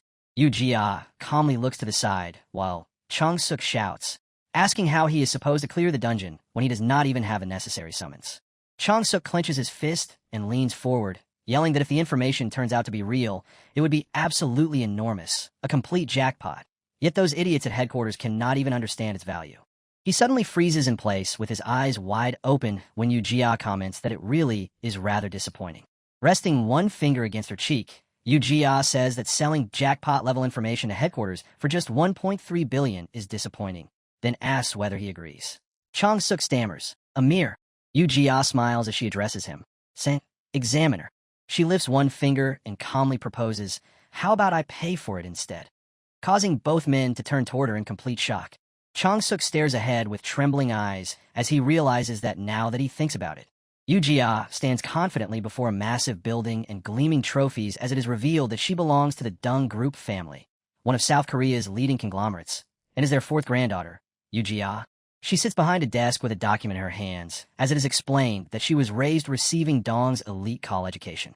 A phone rests on top of an open book, displaying someone commanding his summon to attack, while it is explained that Yu-Jia has always cared more about players than management rights. Yu-Jia smiles, as it is revealed that the player drawing most of her attention lately is Baek Jinwoo. A short-haired man stands with his back facing forward, as it is explained that despite still being a beginner, Baek Jinwoo possesses an unbelievable amount of information and even has enough nerve to negotiate directly with the government. Two hands clasp together in a firm handshake as the idea is raised of creating an entire one-man management team dedicated only to him. Byong-jin looks puzzled, while Chong-suk watches from behind, as it is explained that they could invest aggressively, let Baek Jinwoo fully utilize all of his information, then split the profits and operate differently from the current talent management team. Yu-Jia stands with one hand against her chin while the man asks whether she is truly certain about investing such a massive amount of money. She confidently stands atop a mountain of coins as Chong-suk sweats beside her, asking whether he is actually worried about her bank account right now. Chong-suk laughs and replies, "As if I would." Yu-Jia crosses her arms over her chest and says, "You don't need to worry about the money." Then she continues, "But before that." With a gentle smile, Yu-Jia says that first, she needs to meet Jinwoo one more time. She remains seated at the table, staring forward as her mind drifts deep into thought. A moment later, her eyes narrow, and she slowly turns her head to the side. Jinwoo is already standing inside with a faint smile. Behind him, a man dressed in a suit bows politely and says, "All right, then enjoy yourself." Jinwoo answers, "Yes, thank you," while thinking that headquarters is certainly showing plenty of sincerity. Still wearing a slight smile, Jinwoo looks ahead. Behind him, a phone displays a message setting up an in-person meeting, and he realizes they acted remarkably fast after receiving only a single piece of information. Soon, a massive luxury building towers before him. Jinwoo has arrived at an upscale restaurant so impressive that even five-star hotels would struggle to compete. Inside, several uniformed employees smile as they serve drinks, with money floating around them. Seeing the treatment he is receiving, Jinwoo thinks sharing that information was definitely worth it. Jinwoo stands facing ahead when a familiar voice suddenly greets him. "You have arrived, Jinwoo." At the table, Yu-Jia rests one hand against its surface and welcomes him with a composed smile. Documents and photos concerning Yu-Jia are spread out as Jinwoo remembers the background investigation he conducted on her. The results nearly made him faint, particularly after discovering details about her appearance and family. A hand holds up a phone displaying an article covering Yu-Jia's abilities. Jinwoo admits that he never imagined a third-generation Chao would actually be working at headquarters. Yu Jia gently places a hand over her chest and thanks Jinwoo for coming. Looking toward her, Jinwoo asks if she came here by herself.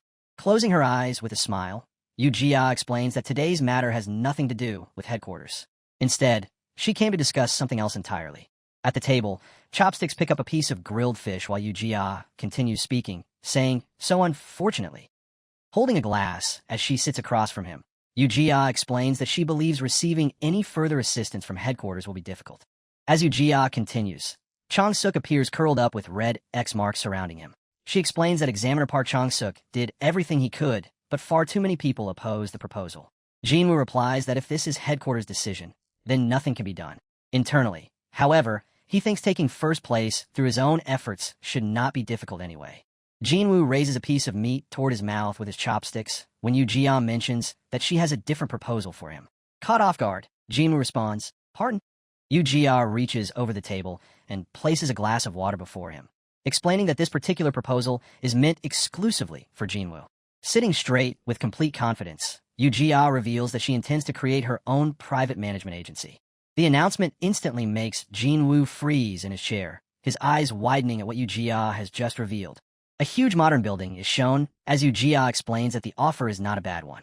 Headquarters must operate cautiously, but a corporation moves solely for profit, and Yu Jia is confident that she can generate exactly that profit. She stands beneath a glowing spotlight with a gold card in hand as Jinwoo thinks he needs ties to someone who recognizes the worth of his information and also has resources he can make use of. Yu Jia then declares, Yu Jia, along with Dong's professional care, is willing to support whatever Baek Jinwoo needs. Jinwoo can only stare forward in disbelief, thinking there really is nowhere quite like Dong, and that money never lies. Back at the table, Yu Jia smiles with her eyes shut while Jinwoo holds his glass, blushing as she tells him they have only met a handful of times, yet he strikes her as a truly great person, and with talent like Jinwoo's, offering this much support is only natural. 2 empty glasses remain on the wooden table as Yu Jia says she will explain the finer details along with the contract, and if everything checks out, she will visit the vacant lot tomorrow. She also reminds him to look over the summons he requested. Jinwoo instantly stiffens, staring at her in surprise as he asks, "Already? I haven't even signed the contract yet." Yu Jia leans closer with a hint of a smile and confirms that she had already started preparing everything, no matter what choice he eventually made. With confidence in her smile and a radiant presence behind her, she tells him to consider it nothing more than a gift. Jinwoo immediately bursts out in excitement, yelling that this is insane before crying, "Long live the Chow." Elsewhere, a wooden signpost rises beneath the clear blue sky. A girl's legs travel down the dirt road as she wonders if Appa will be there again today. Ajin bends over with an exhausted look, a gloomy presence hanging behind her as she wonders what has kept him so occupied recently and why he still has not contacted her. She remembers hearing that he even got a place of his own, then raises her head and says, "There." Yu Jia walks along the path, her hair shifting in the breeze as she looks ahead, while Ajin watches her and reacts, "Wow, she's so pretty." Ajin abruptly lifts one arm and stops in her tracks with a frown, saying, "Wait a second." She then realizes that face seems familiar, like someone she has seen before on Instar. Resting one hand beneath her chin, Ajin closes her eyes and searches her memory as blurry images appear behind her. A phone screen then shows the same woman's picture surrounded by countless likes, and Ajin's eyes immediately fly open in shock. Yu Jia lightly touches her collar with a somewhat uneasy expression while Ajin stands behind her, breathing heavily, as she finally realizes the woman in front of her is Yu Jia. The scene shifts to a broad view of the mountains beneath the open sky. Instructor, dressed in sunglasses, fixes a stern gaze ahead and bellows, "More," with his arms crossed and a fiery presence blazing behind him. Instructor stands over several worn-out summons slumped around the area. He commands them to keep moving, telling them they must push all the way to their limits if they want to improve. One summon says they will do one more lap, while another groans that they have already reached their limit. His eye abruptly tightens as a sharp burst of electric light flashes beside him. Instructor lifts his sunglasses, brings a finger to his lips, and motions for everyone to remain silent. Warning, everyone be quiet. Someone is coming. Jinwoo wipes the sweat from his face with a towel, then looks off to the side and spots Yu Jia approaching from far away. Yu Jia raises one hand to greet him as Jinwoo leans forward and says, "You're here." She replies, "Yes, hello, before noting that it seems he has been exercising since early this morning. Instructor stays composed as the summons gather around him. Jinwoo explains that they were only doing some light training, while Yu-Jia asks if those are his summons, and whether this is how he organizes his team. Jinwoo turns toward them and gestures with one hand, smiling as he orders the summons to continue their training and tells Yu-Jia that he will introduce them properly later, while she watches nearby. With a soft smile, Yu-Jia extends one hand as faint blue energy begins gathering around it, then says, "All right then, I'll give you your gift first." Jinwoo stares forward just as a glowing blue holographic window appears in front of him. Facing the bright interface, he sees a notice stating that Yu-Jia has requested a trade and instructing him to carefully inspect what the other player is offering. Trade notifications drift through the air as two hands clasp together, while several different offers appear. It is explained that the system handles battles like a game and even allows players to trade directly with one another. Another glowing window confirms that a trade has been accepted as someone holds Kong and King with lightning crackling around them. A warning then explains what happens if someone attempts to scam another player and escape afterward. A man points forward as lightning slams into a fleeing figure, making him scream while someone else says, "That guy did it." The warning continues, explaining that a player could even die because of a curse from the system window. A blue trading screen appears, showing Yu-Jia's side packed with several summons while Baek Jinwoo's section is completely empty, and a voice comments that she truly managed to obtain every single one. Jinwoo raises one finger as the window asks whether he wants to accept the trade proposed by player Yu-Jia, then taps the accept option. He remains before the shining interface as streams of blue light coil around his body, while his hand slowly clenches into a fist. Jinwoo bows deeply from the waist as Yu-Jia smiles before him. He thanks her and says it is an extremely valuable gift, while she simply answers that it is nothing. Still smiling, Yu-Jia opens her bag and pulls out a document before saying, "Then, shall we get down to business?" A towering modern building stands beneath the bright sky as Yu-Jia explains that their management agency will be named Yu-Baek, combining both of their surnames. A circular ownership chart appears, with Jinagod's face occupying the largest portion. As Yu-Jia explains that Baek Jinwoo will own 70% of the shares, she will receive 25%, and Examiner Park Chang-suk will hold the final 5%. A chibi version of the Examiner appears above a building, flashing a thumbs up as Yu-Jia explains that he will remain at headquarters and keep assisting them from there. Next, a diagram displays several linked faces, including Jinwoo and Yu-Jia, while she explains that Byong-jin and Tae-seop will also be recruited as employees. Jinwoo asks if those two are from headquarters, and she replies that they both resigned this morning after she offered them triple their former salary. Holding the document with a slightly uneasy expression, Jinwoo says he appreciates everything, but still has to ask if she is truly certain about giving him 70%. Yu-Jia sits on the bench with a calm smile and tells him to consider it her way of making a bet. Looking forward with the same composed expression, she adds that even with only 25%, she is confident she can increase the value of her share as much as possible. Yu-Jia calmly continues, explaining that since this is a one-man company, voting rights do not matter very much, and what matters most is maintaining her relationship with Baek Jinwoo.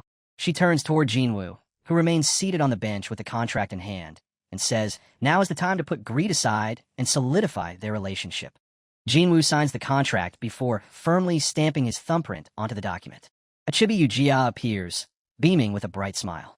Jinwoo and Yu-Jia remain seated across from each other on the bench, firmly shaking hands with smiles as the agreement becomes official. Jinwoo says he looks forward to working with her, and Yu-Jia answers, likewise. Close by, Instructor abruptly turns his head, his expression shifting to surprise. A blinding white burst suddenly explodes from the forest clearing ahead, instantly catching his attention. Jinwoo and Yu-Jia both look toward the forest in confusion and ask what just happened. A powerful explosion rips through the clearing, blasting debris in every direction as a loud cry of pain rings out from inside. Instructor steps out from the bushes while tightly clutching someone's leg with both hands. With Auto Hunt active, he is holding Ajin and her summon upside down by their legs, leaving both of them hanging with their eyes tightly shut. Covered in sweat, Ajin hangs upside down as he calls out her name and asks, "What are you doing here?" Jinwoo sits on a bench with surprise on his face before asking, "So you're saying?" Ajin kneels on the ground before him, staring blankly ahead with leaves tangled through her hair and stuck to her clothes. She bends forward and closes her eyes while Jinwoo looks at her, asking, "You recognize Yu-Jia?" He then figures Ajin must be a fan and followed her here. Ajin replies, "I just tagged along because I was curious." Ajin abruptly jerks backward with her eyes tightly shut as she gets smacked. Still hunched forward on the bench, Jinwoo looks down at the kneeling Ajin and continues. And when you got here, you saw me and secretly watched us. Ajin remains on her knees, saying nothing in response. Ajin finally raises her head with an irritated expression and yells at Jinwoo, "Fine, you're right." She suddenly lunges forward, grabs Jinwoo by the shoulder, and shakes him while shouting, "But what about you? There's no way you know Yu-Ji-ah." Bringing her face right up to his, Ajin angrily demands, "What kind of trick did you pull? How are you two together?" Jinwoo looks back tensely and thinks, "This is giving me a headache." Since the contract contains a family clause, he already understood that they would have to meet eventually. In a glowing imagined scene, Yu-Ji-ah smiles brightly and motions ahead, saying, "I was planning to greet your family anyway, so this works out well." Ajin sits frozen in shock while Jinwoo watches and adds, "But I mean, not right now." Ajin starts wildly swinging her arms and legs while demanding, "Tell me." The words, "being stubborn," appear as Jinwoo looks at her from behind. Now looking completely drained, Ajin lifts one hand to her head while keeping her eyes fixed on Jinwoo. The bright sky stretches over the park as a statement appears. The thing is to sum it up. Ajin suddenly connects the pieces and lifts one finger, saying, "You were originally a pretty famous gamer, and you're the one who recently broke the record for the low-ranked dungeon." Jinwoo leans forward on the bench as Ajin faces him and continues, "And because of that, you met Yu-Ji-ah while going back and forth to headquarters." Jinwoo simply confirms, "That's right." Ajin places one hand against her chin and gazes upward as she thinks everything through. Jinwoo shifts forward in surprise when Ajin asks, "I think you played some mobile game for a long time back in the day. Was it that one?" Breaking into a sweat, Jinwoo quickly waves both hands and answers, No, that was a different game. I played Battle of Summoners for only about a year." Ajin gives a quiet, "Oh," while Jinwoo thinks, "I can't reveal that I'm Jinwoo yet." Ajin tightens both fists as her eyes begin sparkling and a thrilled smile spreads across her face. She says, "Even if it's just for a year, that's still a really long time, isn't it?" For Trash Game. With a playful grin, Ajin leans toward Jinwoo on the bench and says, "Who knew your gaming addiction would pay off like this?" Tilda, while Jinwoo stays seated next to her. Ajin smiles with her eyes shut and a slight blush on her cheeks as Jinwoo tells her, "It's not that I don't trust you." A hand gently holds the patient's hand while Jinwoo thinks, but there's always a chance something could go wrong. Jinugod's family gathers beside his hospital bed as the narration explains that they cared for him for 3 years, which is why he cannot carelessly drag them into danger. Jinwoo lowers his eyes with a serious look and says that first, he needs to become strong enough to protect his family. Only then will he reveal who he really is. Still seated beside him, Ajin asks, "But why are you only telling me this now?" Jinwoo scratches the back of his head and replies, "I was planning to tell you anyway." Then he adds, "I'll explain everything to our parents too, so please keep it a secret for a while." Ajin immediately reacts, "What?" Instructor stands ahead, training the other summons, while Jinwoo calmly tells her, "I have a good reason for it." Instructor turns toward the shadow elf as Pokryong remains nearby, shaking in fear. Instructor stretches his clawed hands toward the shadow elf, making her shrink back inside a bush as Jinwoo continues, "Also about that shadow elf." Ajin watches and wonders why she is behaving like that over there. Beneath a glowing moon, an enormous multi-eyed shadow wolf snarls while Jinwoo explains that if Ajin wants to keep raising the shadow elf, she should obtain a shadow wolf and use them together. The shadow elf flips downward and strikes a monster with her blade, triggering a critical hit with a stealth bonus. Jinwoo explains that without the shadow wolf, her efficiency will not even reach 10%. Ajin sits on the bench holding her phone, looking startled as she asks, "A shadow wolf? There was a summon like that." Jinwoo answers, "You might not know it since it's a B rank." Gripping the phone with both hands, Ajin taps the screen and asks, "How am I supposed to get a B rank?" She continues staring at the phone in silence, tapping the screen over and over. Eventually, Ajin slumps forward with a drained expression, still holding her phone, and calls, "Brother." Jinwoo replies, "Yeah." Ajin holds the phone toward him, showing a B-rank Shadow Wolf priced at 500 million yen, then asks, "You want me to buy this? Is it going to take me like 20 years?" Jinwoo stays seated while Ajin shows him the screen. He tells her, "Just wait a bit," before adding, "I'll get it for you within a month." Ajin's eyes open wide, and her cheeks turn red as she lights up, lifting her phone while reacting to something valued at 500 million yen. Leaning back against the bench, Ajin raises one hand and says, "Now that you're a gamer, you're trying way too hard to act cool, Tilda." As Jinwoo rises from the bench, she adds, "Forget it. I'll just save up enough money and buy it." Jinwoo stands with one hand slipped into his pocket, then looks back at Ajin with a small smile. Still sitting on the bench, Ajin looks up at him in mild confusion as Jinwoo says, "Just don't cry later from feeling touched when you get it." Jinwoo starts walking away and lifts one hand toward his summons in the distance. Watching his back, Ajin thinks, this feels weird somehow. Ajin stays frozen on the bench, staring ahead while the worn-out shadow elf lies collapsed across her lap. Holding her there, Ajin thinks, it's like my brother has become a completely different person. 1 week later, a red portal is opened beside a building. Jinwoo waits nearby as two suited men take a jacket out of a box beside a parked car. Byong-jin faces Jinwoo with a huge smile while holding the jacket up. Jinwoo asks, "What's this?" Yu-Jia replies, "This is the gear you will be wearing in every daily dungeon from now on." Jinwoo fastens the jacket as Byong-jin stands behind him, adjusting the fit. Yu-Jia explains that information will become the first product of their Ubi agency, making Jinwoo ask, "Information?" Several floating panels show locked dungeon clear videos labeled for members only, with piles of cash surrounding them, as Yu-Jia explains that they intend to sell dungeon clear footage at a high price. A tactical vest shines brightly, while Yu-Jia adds that this advanced equipment is exactly what they need to pull that off. A small device fixed to the jacket activates, while a tablet shows footage of Jinwoo extending his hand.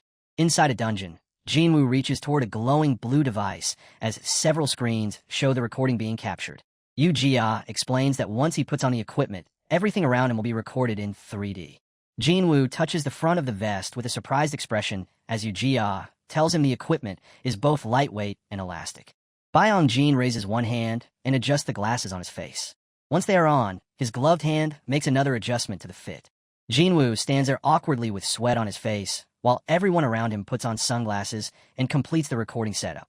Waiting beside the glowing red portal, one of them announces, "Recording preparation complete." Jinwoo thinks, this kind of stuff is more pressuring than the filming itself. Standing in front of the swirling red portal, Jinwoo leans forward slightly and gives Yu-Jia an uneasy smile. He says, "Since it's my first time entering the Monday dungeon, I'm not sure if it'll go smoothly.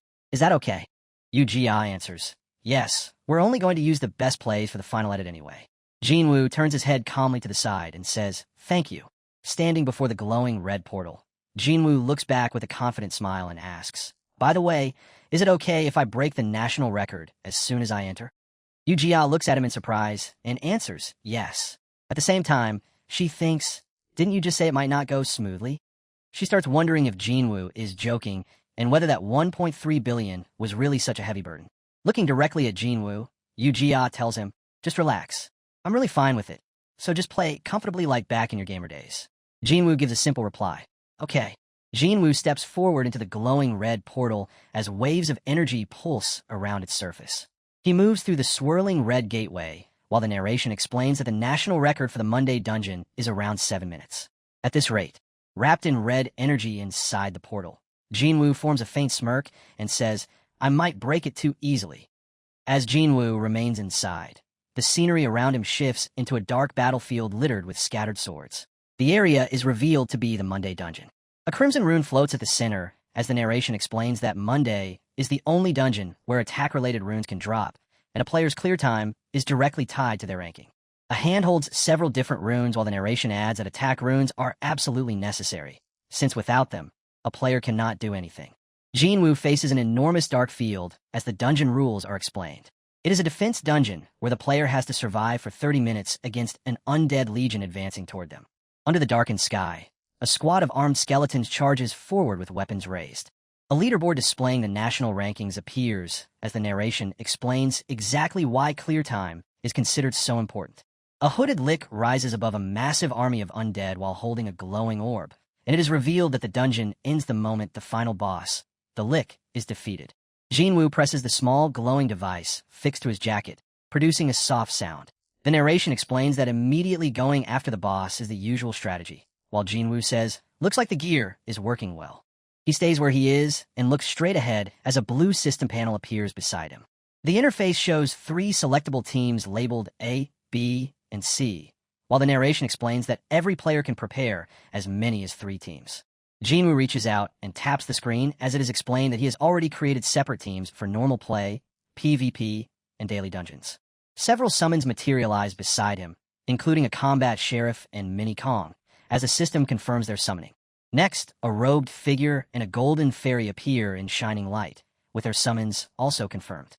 Jinwoo lowers his head slightly as golden energy gathers around him. An objective appears, warning that the undead legion is flooding in and ordering him to survive until reinforcements arrive. Jinwoo stands together with his summon team as all of them face forward, while a timer appears showing 30 minutes remaining. A cloaked commander extends one arm while riding a lunging skeleton, with red-black energy streaming behind as skeletal monsters rush across the ground. Mini Kong pounds one fist against his chest and lets out a roar, blasting nearby skeletons into the air. Mini Kong then reaches out and grabs one skeleton directly by the head. Wearing a savage grin, he drives his arm downward and smashes the skeleton apart until it shatters from the force. The broken skeleton remains scattered across the cracked ground. Jinwoo stretches one hand forward with a confident expression while his glowing allies stand behind him and a golden fairy hovers above. He says, "Now let's go." The lick floats above the massive undead army marching forward, with dark energy spreading from its ragged robes. Across the battlefield, Jinwoo's group holds position while facing the undead forces advancing toward them. Jinwoo slightly tilts his head with a faint smile and says, "First," while Instructor stands behind him, gripping his sword firmly and looking to the side. Instructor's eyes narrow with focus as Jinwoo continues, "Let's take the high ground." The whole group rushes forward at once as Jinwoo says, "That's Instructor for you." However, the moment he notices the recording, he goes quiet. Jinwoo continues sprinting while the countdown runs, and several skeletons move across the battlefield directly ahead. His expression sharpens as he calculates that reaching the destination will take 2 minutes. The hooded priest shifts slightly as skeletons gather nearby, while a voice says, "As for the mobs on our tail."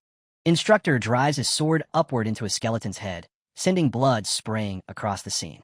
A massive hand suddenly closes around the head of another skeleton. With his eyes glowing, Mini Kong roars and draws his arm backward without releasing the skeleton's head. He hurls the skeleton's head forward, launching it directly through another skeleton upon impact. Jinwoo gives a calm smile and says, "Mini Kong and Instructor are handling them well," while thinking how glad he is that they belong to him as summons. Standing farther ahead on the battlefield, Jinwoo faces the towering lick looming over the enormous undead army while continuing to speak. He moves beside Combat Sheriff, who lifts his rifle and takes aim, as Jinwoo orders, "Combat Sheriff, get ready." A stylized display shows Combat Sheriff repeatedly shooting his rifle at a whale as damage numbers appear, while a voice explains that his range and accuracy are high, but his damage is weak. Another simplified scene shows Combat Sheriff holding his rifle as Jinwoo questions how he managed 32 hours of auto-battling without getting even one kill, then declares that Combat Sheriff is an MVP in lower-tier dungeons. A stylized display then shows Combat Sheriff holding his rifle beside a small cloaked lick with 0 health, while stats and damage numbers appear as a voice explains that the lick has low HP. Jinwoo lifts one hand beside Combat Sheriff while the rifle remains aimed forward and says, "Wait, don't shoot just yet." The priest brings his hands together as golden light gathers between them, while Jinwoo instructs Radiance to cast a blessing. Combat Sheriff maintains a steady grip on the rifle as golden energy surrounds him, with Radiance standing behind and continuing to apply the blessing. The lick lifts both hands and creates a barrier around itself, but doing so removes its long-range immunity skill, Protective Shield of Darkness. Jinwoo narrows his eyes with a small smirk and says, "Good, now commence firing." Combat Sheriff places one eye against the scope, holds the rifle steady, and carefully fixes his aim straight ahead. Instructor's eyes shine blue as flames engulf him, and he immediately charges forward to strike with his sword. Mini Kong jumps into the air with both fists raised as a skeleton swings its blade, while Instructor cuts that skeleton cleanly in half. Mini Kong slams both fists down onto another skeleton, blasting debris outward as shock waves spread from the impact. He remains crouched at the center, growling while skeletons close in from every side, with Combat Sheriff aiming from farther back. Several slashes cut across Mini Kong's side, leaving blood running from the fresh wounds. Golden light gathers around a pair of extended hands as radiant energy builds between the fingers. The golden fairy floats above Radiance with both arms stretched out, while Radiance keeps his hands together in prayer as golden energy wraps around them both. Combat Sheriff holds his rifle steady and fires, creating a bright muzzle flash as an empty shell casing ejects. Jinwoo watches ahead with sweat on his face and a blank expression, muttering, "As expected. Anyway, no matter how you look at it." The lick tilts its head and points one clawed finger toward itself as its red eyes shine. while its health bar barely decreases. Jinwoo comments that Combat Sheriff's damage looks miserable compared with the others. Without breaking his aim, Combat Sheriff keeps firing over and over as Jinwoo adds. Its HP is steadily dropping, though. The lick suddenly snaps backward from another hit. Multiple bullets strike its body as its glowing red eyes flicker, forcing a distorted cry from its mouth. The lick spreads both arms while dark energy begins gathering around it. A voice explains that with runes this weak and such a low level, bringing it down would take forever. Up ahead, Mini Kong receives HP recovery, roaring as golden light surrounds him and restores his health. Mini Kong faces the approaching skeletons while the voice continues. This is why everyone calls it inefficient and avoids bringing it. A skeleton suddenly falls from above, making Mini Kong look upward in surprise as Jinwoo watches from behind. The skeleton crashes into Mini Kong's upper body and sinks its claws into him, causing Mini Kong to grimace from the impact. It immediately lunges forward again with its jaws open wide, letting out a piercing screech. Jinwoo stays where he is with one hand inside his pocket, calmly observing everything in front of him. A foot steps forward as a voice explains that this only applies to an average player. In the middle of the skeleton's lunge, a blade suddenly smashes into its head right beside Jinagod's face. Instructor stands behind Jinwoo with his sword extended forward as Jinwoo says, "For me, I have Instructor." Instructor brings his sword down with force while Jinwoo remains behind him, as the voice explains that Instructor's skill can draw out hidden potential and properly organize runes and skills. Combat Sheriff fires a powerful round, sending the bullet racing forward while a voice declares that even a top-tier lick only requires a single bullet. The shining projectile rips through the air and drives straight into the lick's face. The lick jerks backward from the impact as waves of dark energy burst outward. Its enormous body then falls backward while the nearby skeletons watch. The system announces that the dungeon has been cleared in 4 minutes and 12 seconds. The Golden Fairy remains floating overhead as the other summons are left either standing or sprawled across the ground around the team. System windows appear, announcing that a new Republic of Korea record has been established and that a special achievement has also been completed. Yu-Jia stands before the ranking board with her employees behind her and says, "I can't believe you're really starting a time attack on the Monday dungeon. Isn't it a bit too early?" Still watching the board, she continues, "It's only been a week since we gave him the summons." She adds that even if Jinwoo fails to set a new record, they should still encourage and support him. Byong-jin looks down with a slightly uneasy expression and answers, "That's true." Yu-Jia turns toward him and asks, "But will Jinwoo really break all the record for the daily dungeons?" Byong-jin rubs the back of his head and says, "Breaking the Tuesday dungeon record was amazing, sure, but he didn't explain at all how he's going to clear the other dungeons." The Monday dungeon leaderboard appears as a voice notes that Korea has plenty of players with only 1 year of experience, then questions whether Jinwoo might have simply been bluffing. Yu-Jia slightly opens her lips and asks, "Are you worried?" Byong-jin drops his gaze, tension showing on his face. Yu-Jia turns away while brushing her hair back and says, "I started this business with my own money anyway." The two men look ahead nervously as she assures them that no matter what happens, she will make certain their careers are not harmed. With radiant light shining behind her, Yu-Jia spreads both arms and confidently tells them, "Of course, your salaries won't change either." The two men instantly embrace each other with tears in their eyes, declaring that they will devote their lives to the job and calling it their dream workplace. Yu-Jia watches them with a composed smile and says that she can do this because she has the power too. Yu-Jia slightly narrows her eyes and silently stares ahead. Jinwoo stands with Ramba, floating beside him as green energy circles around them, and she calls his name. Beneath a tree sits a wooden chest wrapped in vines, while a voice says that Jinwoo is clearly hiding something more. Standing before a shining portal, Jinwoo turns around with a smile and asks, "Is it okay if I break the national record as soon as I enter?" Another voice comments on just how relaxed he looks. A golden key floats in midair with light swirling around it, as a voice says Jinwoo behaved as if those dungeons meant absolutely nothing to him. Yu-Jia looks ahead while the two men behind her cling to each other in shock, when someone suddenly yells that the record has been broken. A massive sealed door stays closed as someone asks which record, before the beginner Monday dungeon time is announced as 4 minutes and 12 seconds. One man bends over the control desk as another hurries toward him. Someone shouts that the new result shaved 3 minutes off the previous record and demands to know who achieved it. Jinwoo's portrait appears on a digital display as a voice announces, "It's Baek Jinwoo."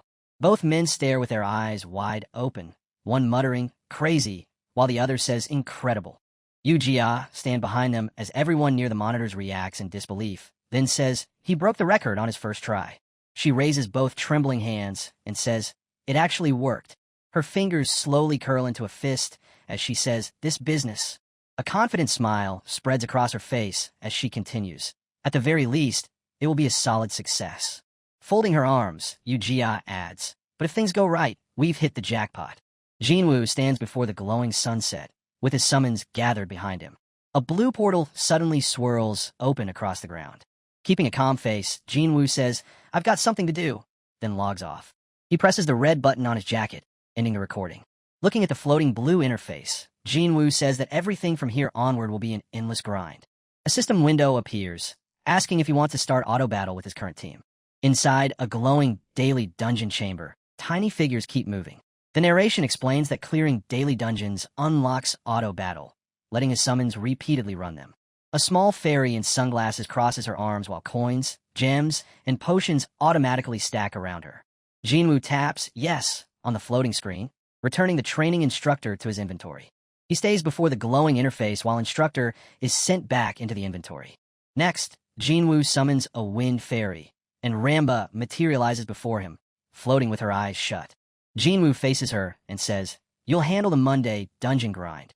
Ramba asks, "Not instructor?" Ramba looks up with a faint smile. Jinwoo explains, "Instructor needs to train the others." Then he asks, "Why, do you want to train too?" A memory flashes back to Ramba, trembling on the ground, while instructor stands nearby, training the summons. Instructor stays where he is as the memory shifts toward Ramba's own training. A gloved hand grips Ramba tightly, and the memory splinters apart like a kaleidoscope. Ramba instantly drops to her knees before Jinwoo and says, "I'll do the grind. Please let me handle the grind." Jinwoo simply replies, "Okay." With his summons gathered behind him, Jinwoo stands beside the floating interface and says, "All right, let's clear every other daily dungeon." With that, he intends to pile up rewards through auto battle while his remaining summons keep training. He taps the glowing interface, declaring that his perfectly efficient routine is finally complete. Smiling, Jinwoo walks into the portal and waves behind him. "I'm counting on you, Ramba." Ramba raises both arms and shouts, "Yeah, leave it to me." The red portal churns around Jinwoo until his head completely disappears inside. Jinwoo emerges from the red portal, only to suddenly stare ahead with a startled expression. Taesiup kneels on a red carpet and says, "Welcome back." With her eyes closed, Yu-Jia smiles and says, "I believed in you," while Byong-jin turns his attention toward Jinwoo. Jinwoo passes over the jacket and says, "Yes, all the videos are in here." Byong-jin takes the jacket, raises it up, and says, "Thank you." Standing beside him, Yu-Jia replies, "Of course." Jinwoo then asks, "Do you need anything else?" Yu-Jia glances at him from the side with a slight smile and says, "We'll make sure nothing leaks, so don't worry about the news." Jinwoo answers, "I don't mind if word about the new record gets out." Her eyes sharpen immediately as she reacts, saying, "Excuse me?" Later, Jinwoo walks down a bright city street with his phone in hand, and instead says, "Just focus on protecting my family." Yu-Jia watches him quietly as Jinwoo explains that gangs are still running wild across Korea. But because Baek is handling him exclusively, the security around them should become much tighter. She silently takes in his words. Yu-Jia lowers her eyes slightly and replies, "Yes, I'll protect them, even if I have to use Dong's power." The scene then shifts into a dim dungeon lined with arched ceilings. A Komodo opens its jaws and swallows a slime hole. A dungeon clear screen appears, displaying a completion time of 3 minutes and 10 seconds as Jinwoo stands beside his summons. Looking down, Jinwoo explains that he used the Komodo because the run was being recorded, but at this speed, he could probably set a world record too. Beside him, a blue falcon stands near a bloated, spotted Komodo lying on its back while Jinwoo explains that once a movement speed rune is equipped and the wind falcon speed buff is pushed to the maximum, breaking the record becomes easy. Jinwoo smiles, presses the button on his jacket, and turns off the recording. With his summons staying close, he walks toward the portal and says that Tuesday's recording is now complete. The scene changes to a frozen mountain buried under heavy snow, while the narration explains that this is Wednesday's dungeon, where defense runes can be obtained. A foot sinks deep into the snow as Jinwoo begins, and that is, Jinwoo hugs himself tightly and shivers, explaining that the cold here is unbelievably severe and it restricts movement speed. Still holding himself against the cold, he reaches toward a blue interface and says, "I'm freezing to death." A frost cat suddenly races across the snow. A falcon flies through the air above as Jinwoo summons both creatures. Po Kryong appears with a smile while holding her staff, and a gigantic stone golem materializes behind her. The frost cat lifts its head and breathes into the icy air, while Jinwoo explains that bringing a summon with cold-resistant skills is essential in this dungeon. Jinwoo crosses his arms as the massive golem towers behind him, with Pokryong remaining close beside them. Staring across the snow-covered field, Jinwoo says, "Let's see." 3 beasts rush through the snow with their mouths wide open, and one of them carries an enormous stone above its head. Standing beside the golem, Jinwoo smirks and says, "Titanium golem." The golem opens its mouth while Jinwoo strengthens its protective shield. Jinwoo extends one hand and calls, "Wind Falcon." The falcon shoots forward as he explains that using its movement speed buff on the golem will allow the entire group to move much faster. Wind Falcon lands on the golem's shoulder and beats its wings, causing swirling wind to wrap around its body. Jinwoo stands on the golem's arm with the frost cat beside him, while Pokryong climbs up behind them. Then the golem charges across the snowy terrain, carrying the whole group on his shoulders. Jinwoo squeezes his eyes shut as the violent ride tosses him around, and a bead of sweat appears on his face. Sweating harder, he covers his mouth while Pokryong beside him also looks dizzy, and Jinwoo says, "It's exciting, but I'm seriously getting dizzy." The beasts continue racing through the snow as an enormous stone suddenly flies toward them. Jagged rocks rain down through the air at the golem, but it keeps charging forward while the projectiles smash around it, and everyone stays on its shoulders. Still riding along, Jinwoo puts a hand against his forehead and explains that the titanium golem is ideal for acting as their tank. As the golem carries him beyond a snowy cliff, Jinwoo adds that its usefulness does not stop there. Without warning, the golem jumps high into the air, sending snow and chunks of ice scattering everywhere. Carrying the whole group, the golem grabs onto a solid ledge in midair, while Jinwoo explains that using paths only the titanium golem can travel saves them an enormous amount of time. From atop the golem, Jinwoo looks forward and tells Pokryong to prepare herself. Pokryong turns her head, with a drop of sweat sliding down her cheek. The golem's giant fist clamps firmly around the edge of the cliff. Then the golem rockets upward at incredible speed, leaving a long streak beneath its body. Far across the frozen field, an enormous white beast emerges as a system message announces the arrival of the boss monster. The massive creature spreads its jaws and lets out a roar while icy energy crackles all around its body. Leaning forward, Jinwoo shouts, "Horn Fairy." The Horn Fairy immediately spins through the air above the huge monster. Down below, the beast plants itself firmly and clenches its teeth. A gigantic wing sweeps ahead as Jinwoo calls out, "Pokryong now." Pokryong tightens her grip on the staff as flames coil around her body, while Jinwoo crouches directly behind her. A blazing wave of fire forms into the shape of a roaring beast. The fiery attack then rushes straight toward the boss monster. An instant later, the flames explode in a massive burst, completely swallowing the creature. Jinwoo thrusts his fist upward and yells, "Yes," as the boss falls. The dungeon is cleared in just 4 minutes and 22 seconds. The titanium golem drops to one knee in the snow while Jinwoo examines a system window and his summons gather around him. With a small smile, Jinwoo says, "That's another new record." But immediately afterward, Jinwoo suddenly bends forward and vomits as the summons around him react. A phone display shows a news report announcing a new national record, with the dungeon cleared in 4 minutes and 22 seconds. From that point onward, a man walks while looking down at his phone and mutters, "Baek Jinwoo." A woman sits holding her own phone and says, "This person, wasn't he also the one who cleared Tuesday's dungeon earlier?" Jinwoo stands with both hands inside his pockets as newspapers drift around him, and one headline reads, "Who is Baek Jinwoo?" A woman points across the table and asks, "Baek Jinwoo, who's that?" The boy answers, "Don't you remember the guy from the community who posted about beating Kong Jianho's record?" She says, "Right," then quickly asks, "But he broke it again?" At another table, 2 boys sit together. One checks his phone while the other reacts, saying, "He broke Kong Jianho's record." A hand holds up a smartphone showing an article with Baek Jinwoo's picture. A voice comments that he doesn't even seem to be a ranker. Newspapers fly through the air. Their headlines report that Baek Jinwoo has been smashing daily dungeon records, suddenly appearing like a comet. More headlines reveal that Baek Jinwoo has broken the Wednesday dungeon time attack record yet again. Voices call the feat unbelievable and unprecedented. Now, all attention is locked on a player Baek Jinwoo. A hand comes down on a newspaper bearing the headline, "Will Baek Jinwoo break through the Thursday dungeon?" An older man sits behind his desk and says, "If it's Baek Jinwoo." Standing beside him with a tablet, his secretary explains, "He's the person Examiner Park Chong-suk mentioned earlier." The director turns slightly toward his secretary. The guy who said he'd give us information if we gave him summons? He follows up. The one examiner Hisu opposed? An image of Hisu appears, wearing smirk. The secretary confirms, yes, that's correct, then explains that back then, they told Jinwoo they couldn't give him the money until he provided the information first.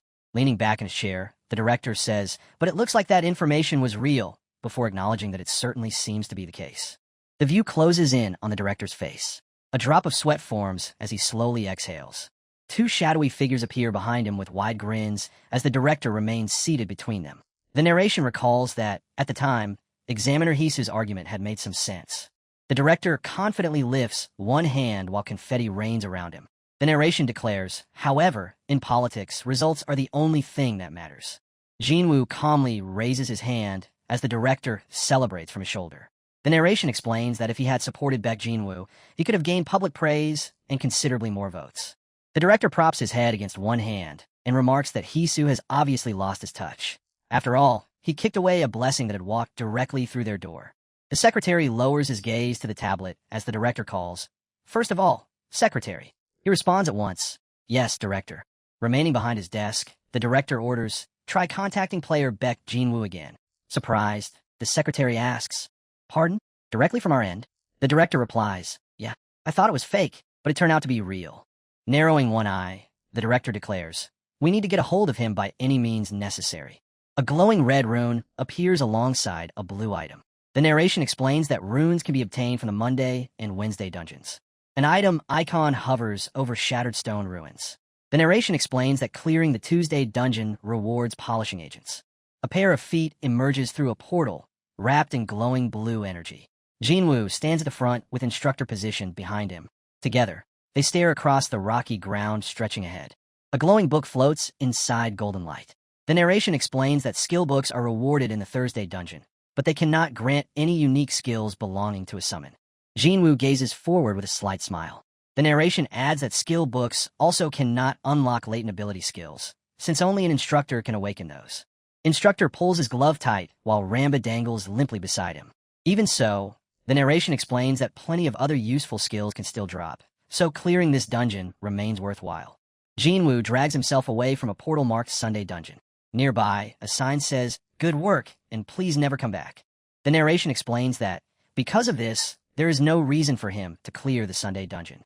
Now wearing sunglasses, Jinwoo casually sips from a cup. The narration states that skill books drop from both the Sunday and Thursday dungeons, except Thursday is far easier to clear. Jinwoo sleeps soundly, stretched flat across his bed with Ramba sleeping beside him, since there is no need to repeatedly clear those dungeons anymore. The narration explains that he has chosen Sunday as his day to rest. Without warning, the ground explodes with tremendous force. Multiple warning messages flash at once, announcing the appearance of the boss monster. A gigantic monster made of rock towers over Jinwoo. The narration explains that this dungeon immediately throws its player into a life-or-death fight against the boss. The giant's face fills the view as one red eye shines intensely. According to the narration, this dungeon boss possesses ridiculously high defense. Several white wolves leap onto the giant, attacking its massive body. The narration explains that the standard strategy involves using a B-rank white wolf equipped with a defense reduction skill. Jinwoo extends one hand and, with a small smile, taps the glowing blue panel before him. The narration continues. However, he remains out front, tapping away at the blue interface while his summons stand ready behind him.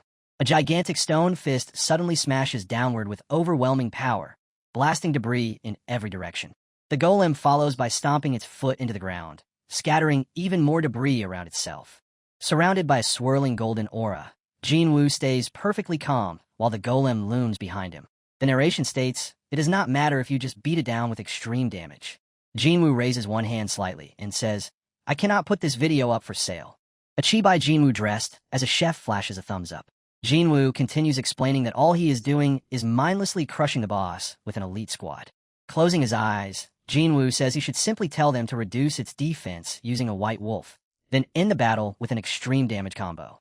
The enormous titanium golem bends down over Jinwoo and his summons.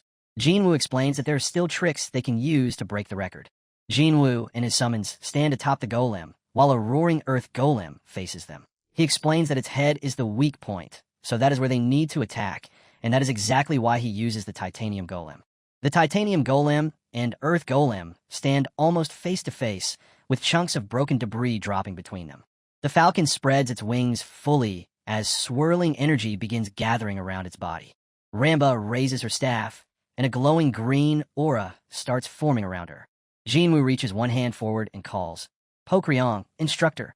Without lowering his arm, Jinwoo points toward the golem and orders, "Aim for the head." The titanium golem drives its fist directly into the earth golem's fist, and a collision blasts debris outward. The earth golem's hand is sliced apart, sending massive pieces of rock flying from the impact. Instructor sits on the golem's shoulder, holding his sword firmly in one hand. He calmly slides the blade back into its sheath, while the earth golem remains standing behind him. A moment later, the earth golem is suddenly carved apart, with chunks of stone scattering through the air. Pokryong floats above the battlefield and lifts her staff overhead as blazing flames spiral around it. Her expression grows darker. Her eyes begin glowing, and fiery energy compresses around the staff. A massive stream of flames bursts forward, forming the shape of a roaring dragon. The blazing dragon crashes straight into the earth golem, engulfing its entire body in fire. The earth golem breaks apart as black smoke rises from its shattered body and burning debris falls around it. Pokryong comes down and plants her heel firmly against the ground. System panels instantly appear, confirming that he defeated the boss and cleared the dungeon in 5 minutes and 10 seconds. Jinwoo smiles at the glowing screen and says he has just shaved an entire minute off the Korean national record. From behind, Jinwoo watches Instructor sprint across the battlefield and thinks that Instructor is definitely overpowered. Even so, he says he has no plans to include him on the Thursday dungeon team. Instructor slightly turns his head while standing there, his sword resting at his side. Jinwoo narrows his eyes as he looks ahead, thinking that with just one properly trained Pokryong grips her staff with both hands and smiles brightly while Jinwoo says that even top-tier dungeons could be cleared in a single second. Jinwoo raises a hand and pats her head, saying, "Good job," then notes that even after counting the time needed to enter and leave, it would only take about 10 seconds. Instructor stands there looking upward, with Ramba hovering just behind his shoulder. The rocky ruins rise above them as Jinwoo says, "All right, let's go one more time." Jinwoo walks out a glowing blue portal with both hands tucked casually into his pockets. He turns toward a man approaching him, who asks, "Excuse me, would you happen to be player Baek Jinwoo?" 2 men in suits stand in front of him, and Jinwoo replies, "That is right." One of the men holds out a card and explains that they are from the director's direct secretariat. Jinwoo looks over the card now in his hand and answers, "I see." Standing before the 2 men, Jinwoo asks, "What brings you here?" while adding that he thought his talks with headquarters had already concluded. The suited man smiles and explains that they reconsidered Jinwoo's previous proposal and now see it favorably because he has already shown results. Jinwoo only replies, "Oh that." Jinwoo raises one hand toward the pair, causing both men to watch him with tense expressions. Then, with a relaxed smile, Jinwoo casually waves his hand and says, "Forget it." Both men instantly freeze, sweat forming across their faces as one of them says, "Excuse me." Jinwoo dips his head slightly, wearing a faint smirk as he repeats what they said about reviewing the results. A tiny Yu-Jia figure floats nearby, offering 1-3 billion, while the director mutters, "Review yay, right?" Meanwhile, Jinwoo looks annoyed and thinks they have simply sugar-coated the whole situation, making them the exact opposite of Yu-Jia. The suited man stays tense, with a bead of sweat running down his face as he speaks. Jinwoo stands before them and says he has already signed with an agency, then tells them that any business matters should be discussed with Yu-Jia of Baek. As Jinwoo starts walking away, one man turns after him and says, "Well then, goodbye," before repeating, "You Baek." With his head lowered, Jinwoo keeps moving forward and leaves both men behind, while one of them asks what Yu Baek even is. The brown-haired man grows tense and asks whether Yu-Jia belongs to the Dung Group. The other man narrows his eyes and seriously says they should investigate it immediately after returning, adding that somehow it feels as though they have just let a crucial opportunity slip away. A message conversation with Baek Jinwoo appears, showing the words, "I loved Jinwoo," before he sends a middle finger emoji and leaves. Jinwoo now stands by himself in the open rooftop area, with both hands resting at his sides. He glances down with a slight smile and says, "This should be far enough." A gigantic horned monster towers over a fleeing figure as the scene explains that the Friday dungeon differs from every dungeon Jinwoo has encountered until now, while the other daily dungeons require his summons to fight monsters. A small creature floats ahead, looking exhausted, while another runs behind it, panting heavily. The scene explains that to clear this daily dungeon, the player himself must run through it. Focused, Jinwoo reaches toward the panel and taps it, saying that he should start practicing right now. His finger pushes down on the summon button. Blue energy swirls together overhead, taking the form of a massive wyvern as Jinwoo summons a beer sky wyvern. Jinwoo calmly looks downward while a protective shield surrounds his body. Far below, the city stretches beneath the rooftop as Jinwoo looks down and thinks that even though the protective shield means falling cannot kill him, the height is still frightening. The wyvern lowers its head toward Jinwoo and stares at him as he calls Sky. Jinwoo reaches out with both hands, placing them against the wyvern's snout. With a smile, he climbs onto the wyvern's back and asks whether is ready, then says, "Let's go to the East Sea." The wyvern instantly takes off, carrying Jinwoo into the air while he grips tightly onto its back. Jinwoo squeezes his eyes shut as powerful wind rushes against his face, then suddenly snaps them wide open. Jinwoo leans forward over the wyvern's back and shouts, while the enormous city spreads out beneath them. His face fills with excitement as he says, "This is way more fun than he thought it would be." Jinwoo leans even farther forward as the wyvern picks up speed over the city, shouting, "All right, let's go." The scene shifts to a vast ocean beneath a bright sky, with the location revealed as the Yongyang coastal waters. Jinwoo stands on the beach facing his summons as one of them calls, "My lord." Instructor reacts dramatically, shouting that Jinwoo's flying talent is extraordinary and amazing. Jinwoo says it is nothing that impressive, but Instructor immediately argues, "No, I am completely serious." Jinwoo stands before Pokryong as she confirms that Instructor is telling the truth. Pokryong desperately clings to a dolphin with spirals spinning in her dizzy eyes, explaining that they also struggled terribly when they first started riding, while Instructor is shown gripping a wyvern in panic during flight. Jinwoo remembers that Instructor and Pokryong used wyverns and dolphins during their battle of summoners. Pokryong tightly holds her staff and praises Jinwoo with an excited smile, while Jinwoo smiles back and replies, "Yes, thank you." The tiny Instructor slumps with an exhausted look as the words favoritism, controversy appear beside him. Jinwoo looks forward with a slight smile and says, "Any." Then stand with the others on the beach, staring toward the ocean as he asks, "Next is practicing riding the sky dolphin, right?" Someone replies, "Yes." Pokryong and Instructor stand together with cheerful smiles while Jinwoo says that the quickest way for him to improve is to learn directly from experienced riders like them. He tells them he is counting on their help, and they reply, "We will do our best," and "Yes, my lord." Several days pass before the scene shifts to a structured field filled with massive color blocks. Jinwoo stands next to a glowing portal on the grid-shaped terrain, which is marked as the Friday Dungeon. He slightly lowers his head. Then Jinwoo stretches out one hand with a confident grin and calls, "Wind Falcon," as the trial starts with a 10-second countdown to reach the destination. This is also revealed as the place where he obtained the title god of time attack. A blue falcon opens its wings in the air as swirling energy gathers around it, and Jinwoo says, "Give me a movement speed buff." Jinwoo crouches at the starting line with one hand pressed against the ground while blue wind energy coils around his body. Above the course, the countdown drops from 3 to 2 as Jinwoo remains crouched at the starting point. His gaze sharpens as the timer falls to 1. The word "go" flashes, and Jinwoo instantly launches himself forward at full speed. A brilliant burst of light appears as several projectiles lock onto him. Jinwoo tears across the course at tremendous speed, leaving an afterimage behind while multiple projectiles shoot past him. He keeps his body leaned forward during the sprint as another projectile flies past his side. Jinwoo continues racing through the course, stepping across highlighted tiles that trigger impacts, while thinking, "Now that I'm getting to do it myself, I get it." Still charging forward, Jinwoo grins as golden streaks flash around him and says, "This is way more fun than playing on a screen." Jinwoo's eyes sharpen beneath a confident smirk as he says, "Now it is time to enter the first hidden route." Far ahead, a brilliant opening flashes above the ocean while rushing speed lines point directly toward it. Jinwoo keeps that confident expression, thinking that under normal conditions, he would have to cross the water and keep running straight ahead, but he drives his foot hard onto a red tile, setting off a powerful impact. The force sends Jinwoo soaring high over the water, with his momentum carrying him through the air. Excited, Jinwoo stretches out one hand and shouts, "Sky Dolphin."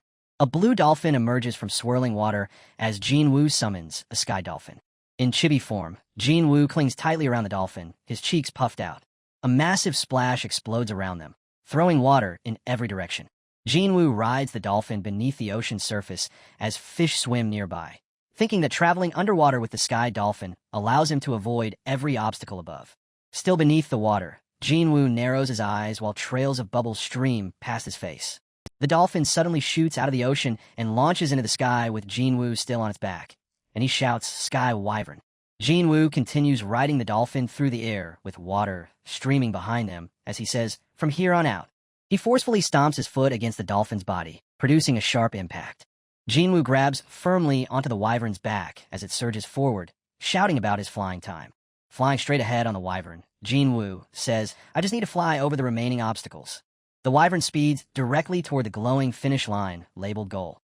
Jinwoo grins excitedly and shouts, "Finn," while the wyvern flaps its wings and carries him through the air, with Jinwoo lifting one fist as they finally arrive at the destination. Sweat covers Jinwoo's face as he smiles at the result, showing a clear time of 2 minutes and 16 seconds. Now riding the wyvern in a chibi pose, Jinwoo raises a peace sign and cheers, "Yay!" after breaking South Korea's national record and receiving a special achievement.